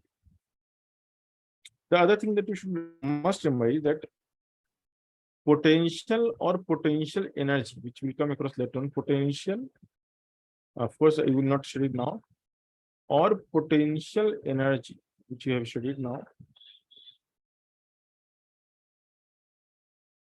Potential or potential energy are always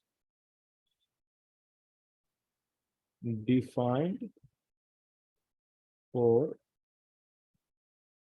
only conservative force. Only conservative force can have this potential definition.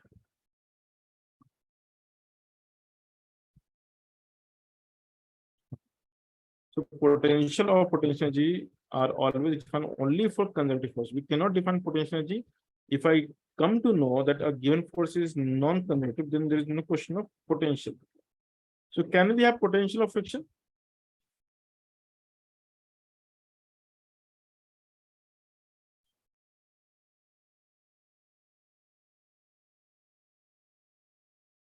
Is it the work done by friction in a round trip journey 0? If I slide a block from left to right and right to left, what do you think? The work will be 0 or negative?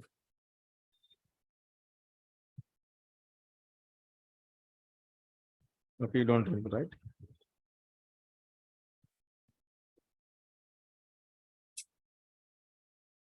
Do you remember something? We have discussed this kind of thing. If you take a block Yes. and if you move from here to here and if you again move it to here, what do you think? In both cases, what will be negative or will it be 0 in a round trip? So round trip 0. 0. Ooh. So when you go right, friction left, Left. Achha, and when you go left, friction left, right. is it conservative? Is it conservative? Conservative means you always, behave in the same fashion. That's why you're conservative. You don't change. You're not progressive. You're old-fashioned. So is friction force conservative? No, sir. See, it changes, no? You go right, it acts left. You go left, it acts right. So it's changing. Got And it. it is making sure that it will always do some negative work on you. So is it round trip work done 0 by friction? No, sir. Rather, it will add up, isn't it? Yes. So whenever in a round trip, if you get one simple example in which you can prove that the round trip work done is 0, non-zero, it is done. You see, we need one exception. That's it. See, if you give me 1,000 example in which work is 0, and if I come to one example in which I prove that it is non-zero, I know it's non-conservative. So conservative force will do 0 work in round trip, not for a particular situation, rather for all possible situations. So no matter which situation we talk about, their work will be 0 always. So we cannot have exception. Okay. So for you, what you are supposed to remember? Remember gravity, spring force are conservative force. The rest, whatever you have heard, they are non-conservative. We'll also see some mathematical check. Mathematical check.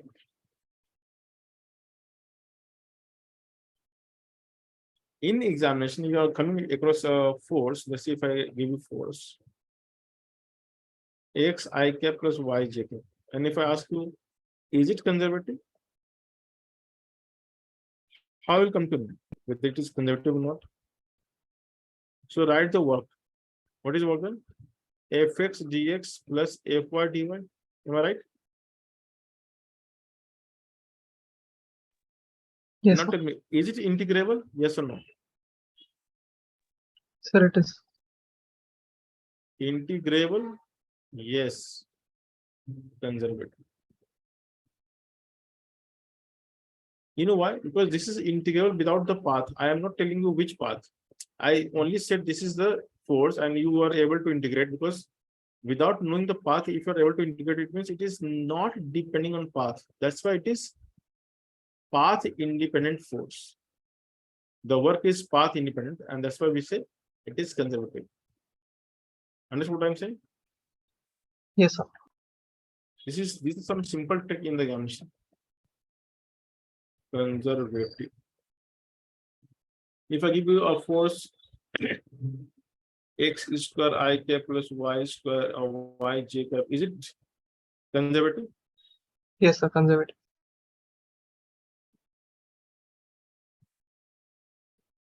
And if I give you f equals to y I cap plus x j cap, is it conservative? No. Yeah, Prasan sir, what do you think? Is it conservative? Yes, sir. Because if you write work, it is y dx plus x dy, correct? But this we can write as y dx plus x dy. If you don't remember, we have done this side, which is dxy. And you can clearly see this is also integral. This is a unique function which becomes integrable, and so I can get the answer without knowing the paths. It is conservative. Do you realize this? What I'm saying? This is very, very important, isn't it? We've done this before. So, is it possible to actually only see the sometimes if you can see clearly that this is integrable, you can say conservative. But if you don't see it as integrable, maybe you should wait. Some better ways are coming. So once it is integrable, you know for sure it is conservative. But if you don't know, then you should wait actually, because you have not learned enough mathematics to actually answer this query. So then what is the way out, sir? There is a way out. I will come to that. So first we need to understand some relationship. So relation between conservative force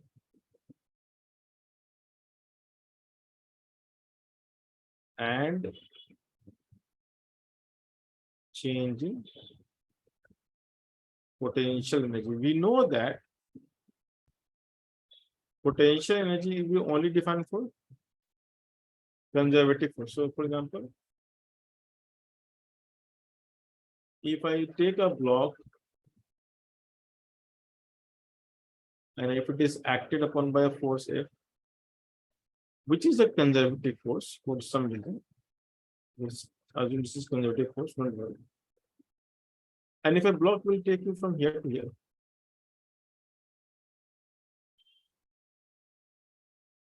you are moving in the direction of conservative force, right?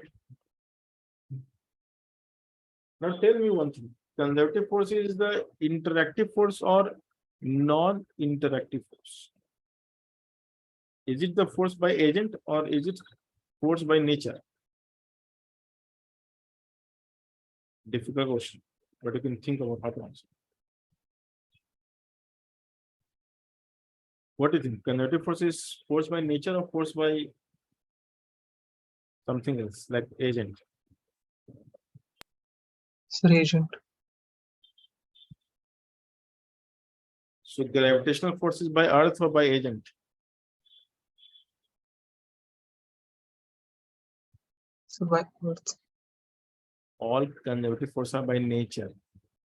See, human force can't be conservative. Understood? Unless we artificially make it conservative by doing something.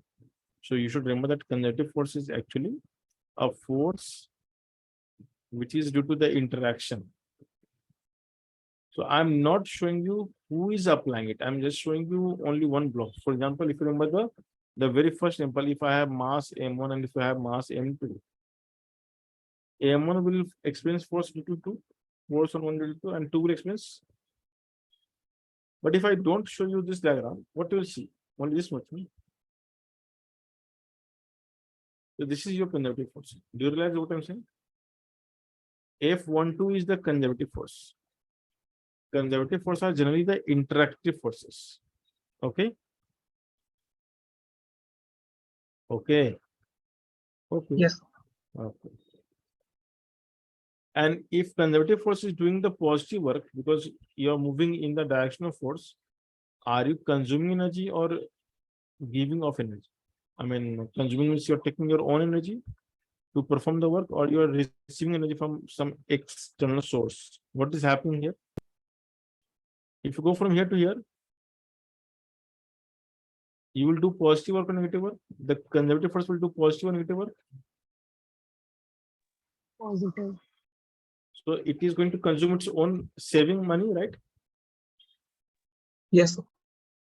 The rule is simple. Always remember, work done by conservative force will always equals to how much? Losing potential energy. So if the left hand side is positive, the right will be, of course, this will be negative. Then only it is positive, right? And vice versa. So the idea is simple. The idea is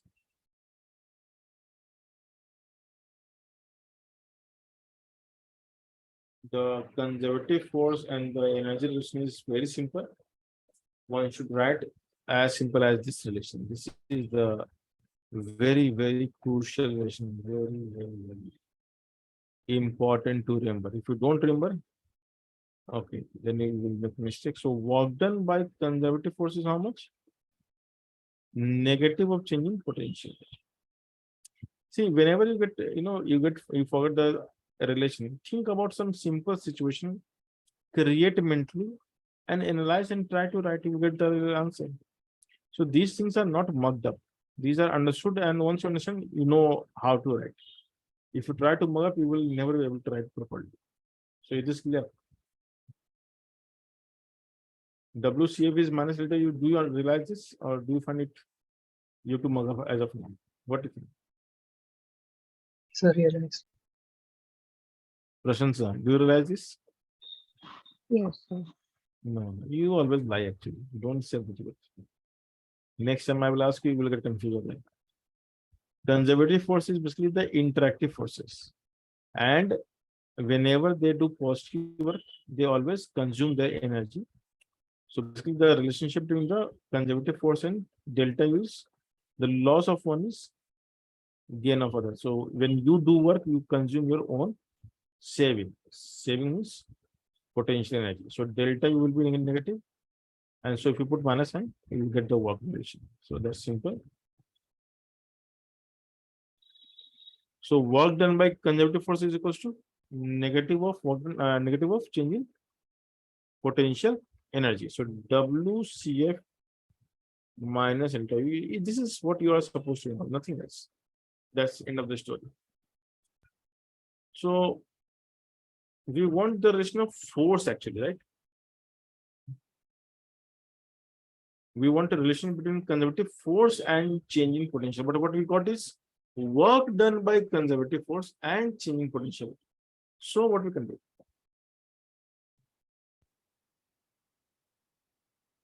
Let's say we have an object. Okay, just let me show you. And this object is taken by this conservative force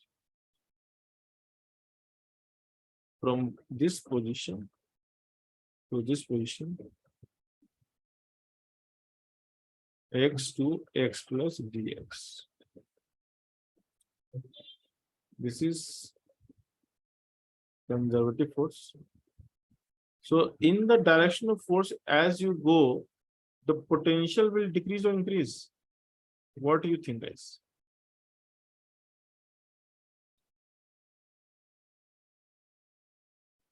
The potential should decrease or increase, right? Then increase or decrease? So decrease. Decrease. Very good. So mathematically, if I call this potential as U, and if I call this as the x-axis, and if I call this energy as U, let's say the potential energy is changing in the x direction at a rate of del U by del X. This is the rate of change of potential energy. So if you move by dx, then how much it will change? Into dx.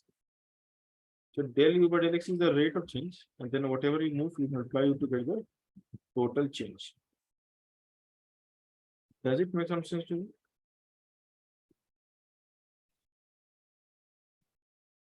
Tell me. Yes, sir. So this is the initial, this is the final. And we know that if you move by dx, what is the work done by conservative force? It's called dw. So elementary work is how much? Force into displacement. Correct? And this must be equals to what? U initial minus U final, because minus will make it switch, right? So U initial minus U final. See the derivation carefully. So FCF dx is minus del u by del x into dx. This gets cancelled. So FCF is how much? Minus del u by del x. Is this clear?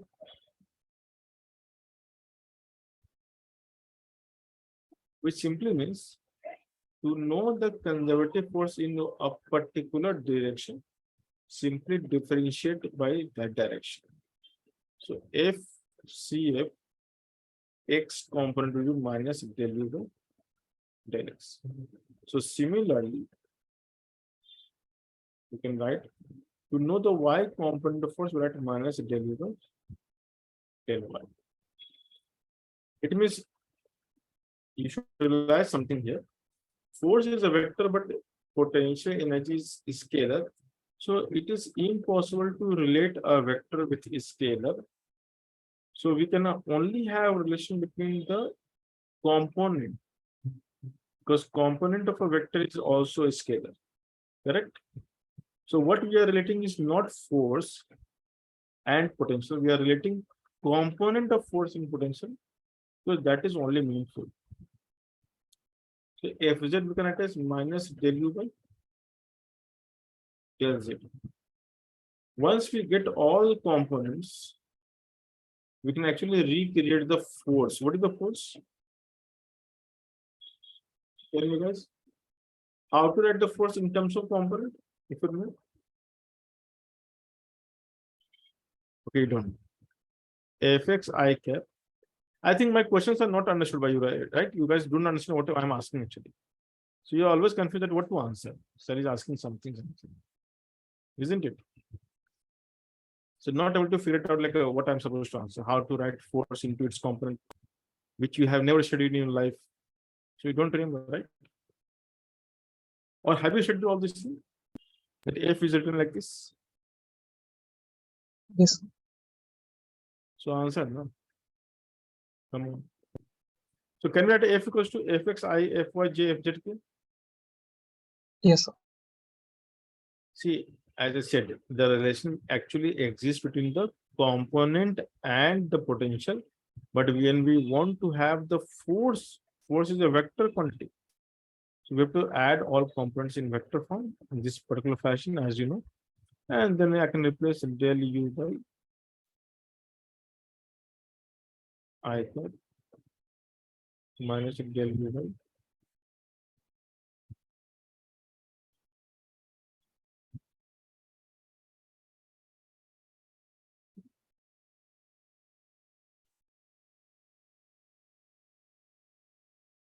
so force turns out to be, I can take minus common, that's very interesting.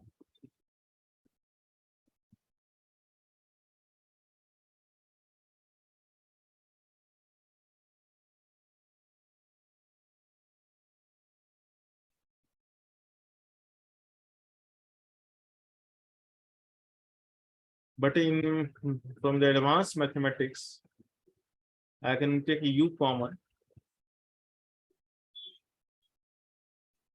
and this entire write-up becomes the operator.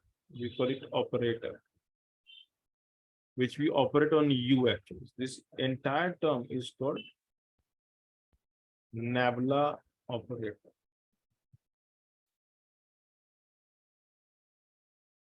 There are many names, nabla, Hamiltonian operator, or called del operator, because it looks like inverted delta, right? We call it del operator.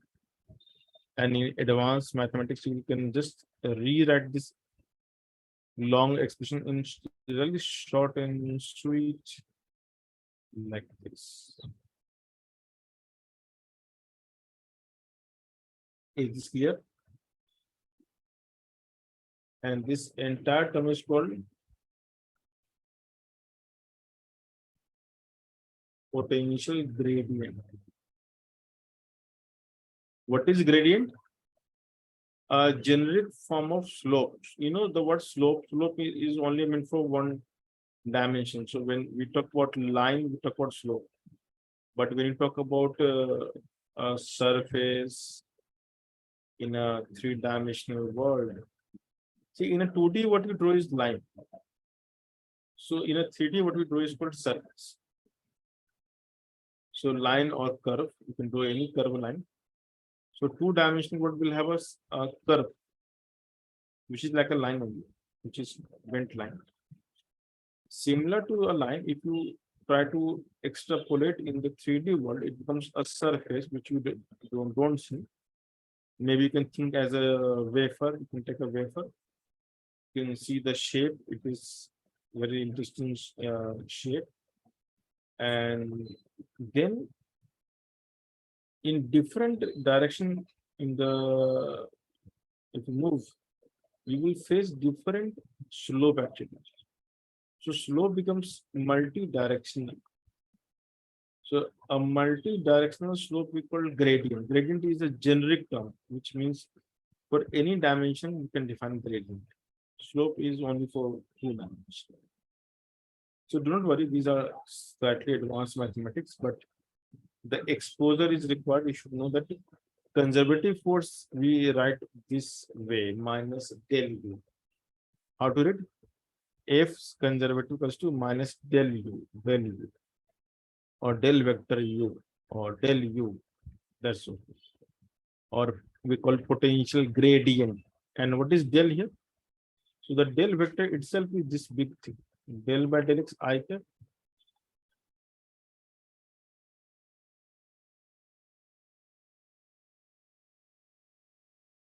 So this is the short notation which you will come across.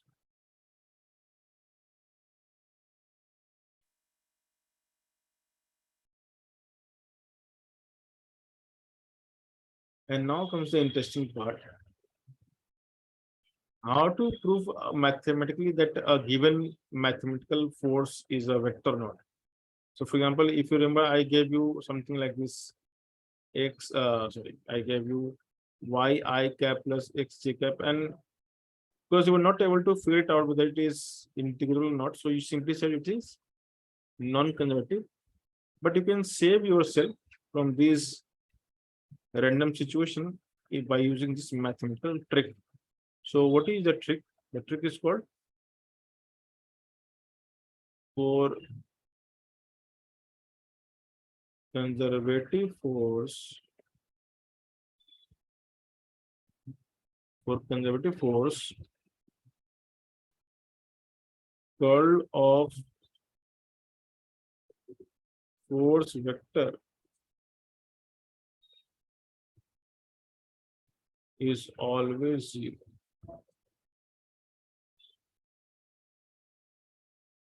Curl of force vector is always zero. What is curl of force vector? So this is again a new term for you. Curl is called cross product. Basically, curl means cross product.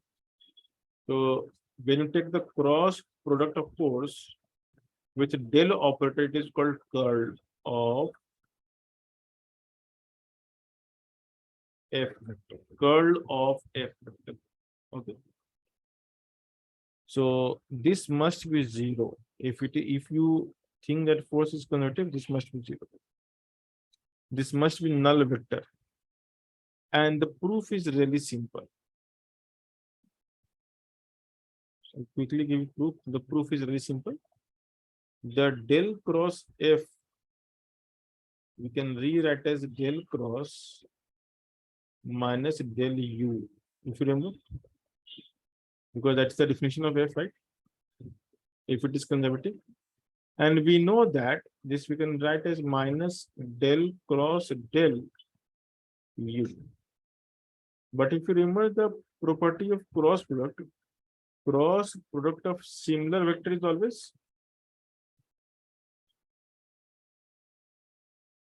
null vector. Do you remember this? I know, it's difficult to remember, it's long time.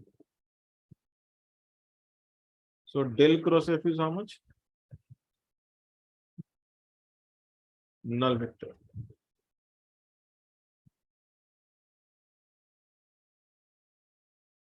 It is clear? Yes. Now, these are very complex things. How to write A cross B? So again, the simplified version which you can use in JEE is this. You know the determinant notation of cross product, right? So what is the determinant notation of cross product? You write as I, J, K. Then you write del by del x, don't worry. And then you write fx, fy. So you have to put in the determinant, and if it turns out to be 0, you can say it is conservative. So there are some exceptions, but that is not your concern. For all the JEE level questions, you can always go through with full confidence that if some force will pass this test, I have to say it as conservative. So let's go to the example which you got confused with. This simple. How to use it? I'll just put it here. If I say f is yi cap plus xj cap, is it conservative or not? So you will write I, j, k. Yeah, fine. And then we have only two components. So I'll let del by del x, del by del y. But we have only fx, fy, and nothing. Let's calculate this. How much is this? So I into 0 and then 0, because del by del x will only differentiate x, right? If you take I common, this will go, this will go. So del by del of 0, 0, and del by del z of x is also 0, so it is 0. If I go take it I j, g minus j, so this will go, this will go. Then you get a del by del x of 0, this will 0, so all are 0, you get 0, which means it is conservative. If you do this expansion, I hope you remember the expansion, or have you forgotten totally? Tell I me, remember. Rasmita, do you remember this? Yes. The yes is not very convincing for some reason.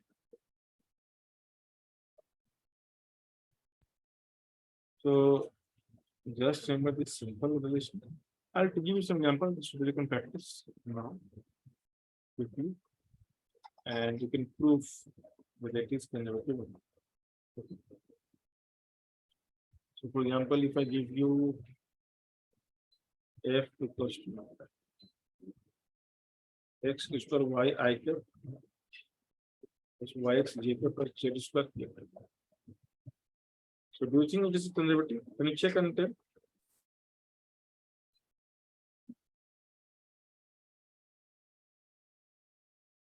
Can you check and tell? So not conservative.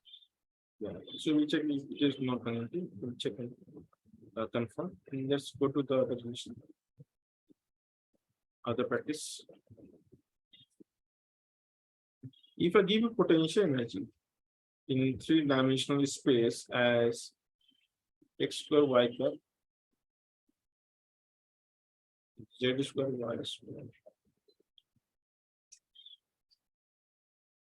So this is the in three-dimensional space at any coordinate x, y, z.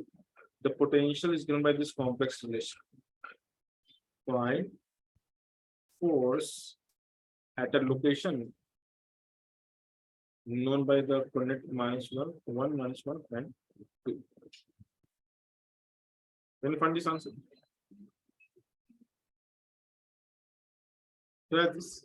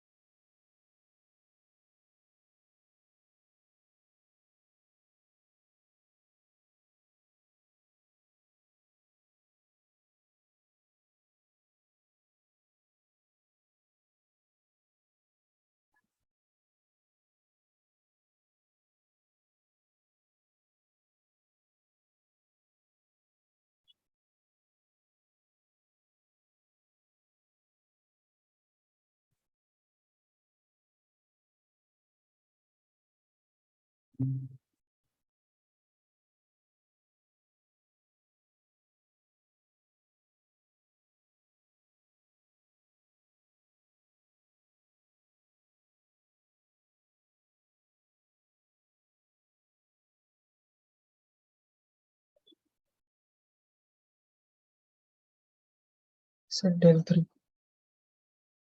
How much is the answer? Del 3. No, del 3, no. F is how much? What is del 3? You can't write del 3. You can't write del U. You have to find the component first. Understood? So del 3 is not the answer. So we always operate del on a vector, on a function, not on value. You can't put the value first. The values are always put after the answer you have received. Okay, you have got the answer. Okay. So what you are supposed to do is first find fx. What is fx definition? Minus w by del x. So mentally differentiate the function in x, because every other term will be negative, will be 0 if it is not x. So we have y outside and xy is 2x, which is 2xy. X will become 2xy z square and then yz. Do you see this answer? Anything other than x will be constant, correct? Yes. And now you can put the value if you want to add to the location, because you have done this. So 2xy, 2xy, 2xy z square, y z. So fx is minus 2, 4 to the 8, minus 8 plus 2. It's 8. Similarly, you are supposed to find fy. Can you find fy and tell me the answer? Tell me. Yes. Right.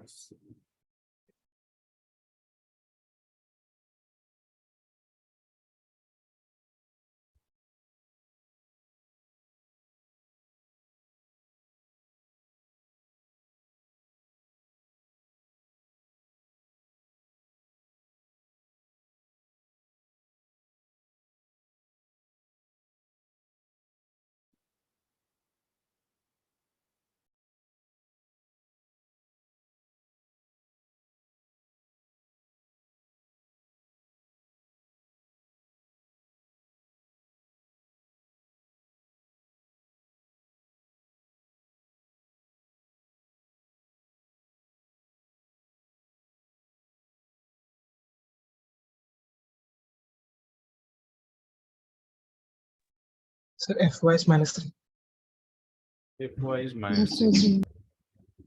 Yeah, personally, you also got the same. Yes, sir. Are you sure? Yes, sir. Can you send me the solution which you have done immediately without delay? Yes, sir. Sending it on WhatsApp. And what is fz, Siddhant? So once.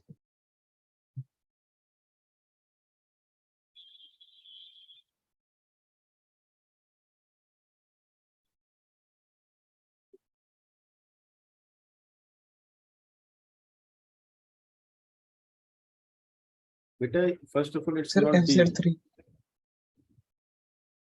Yes, Siddhant, how much? That is correct. Very good. Fz is 3. 3.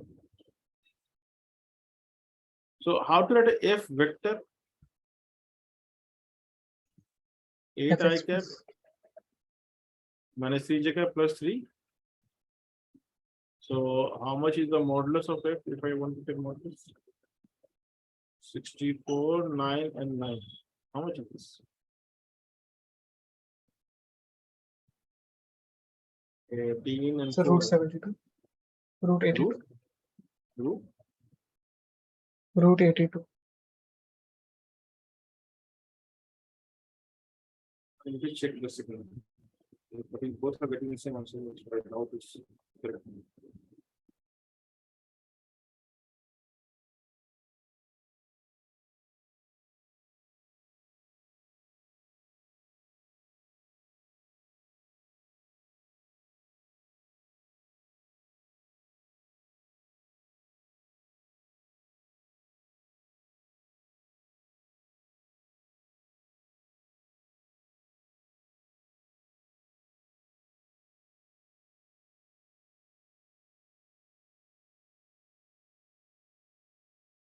I think the FZ should be something else.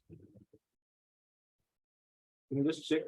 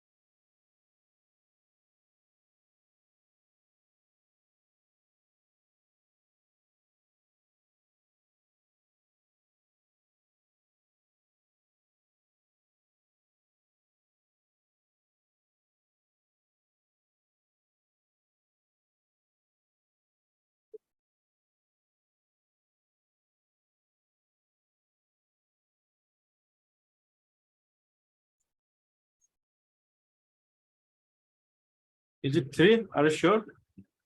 Siddhant? Yes, sir.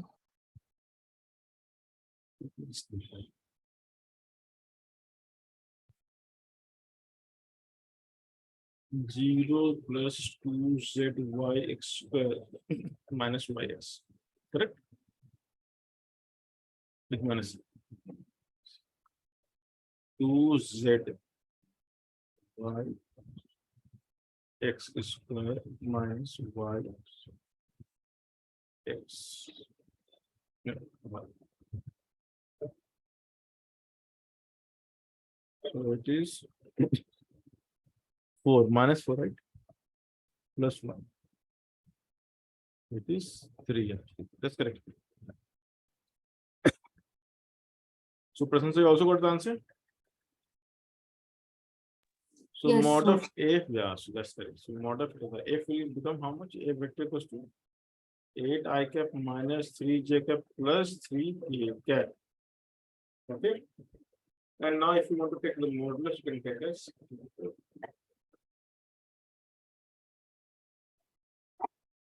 64 plus 9 plus 9. So whatever it was 82, right? Yes, sir. Yeah. So that is the answer.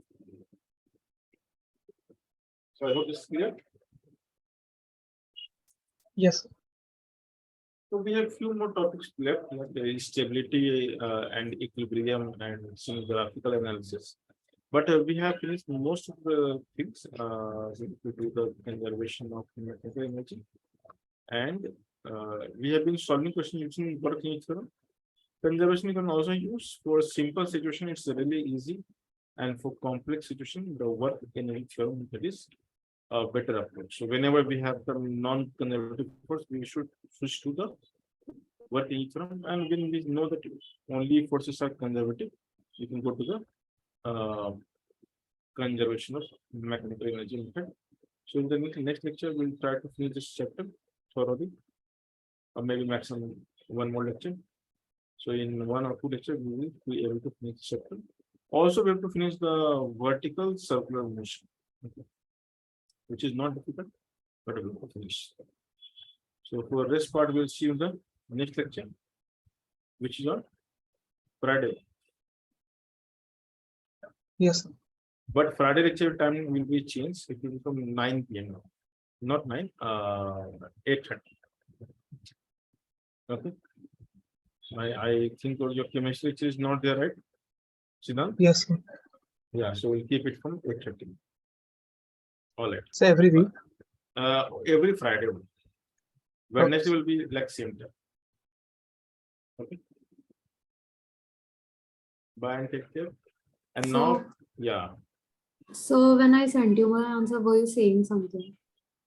No, it was saying I was saying that you should use the partial derivative, not the exact derivative symbol. The rest was okay. So you wrote du by now like this. So you should write like this.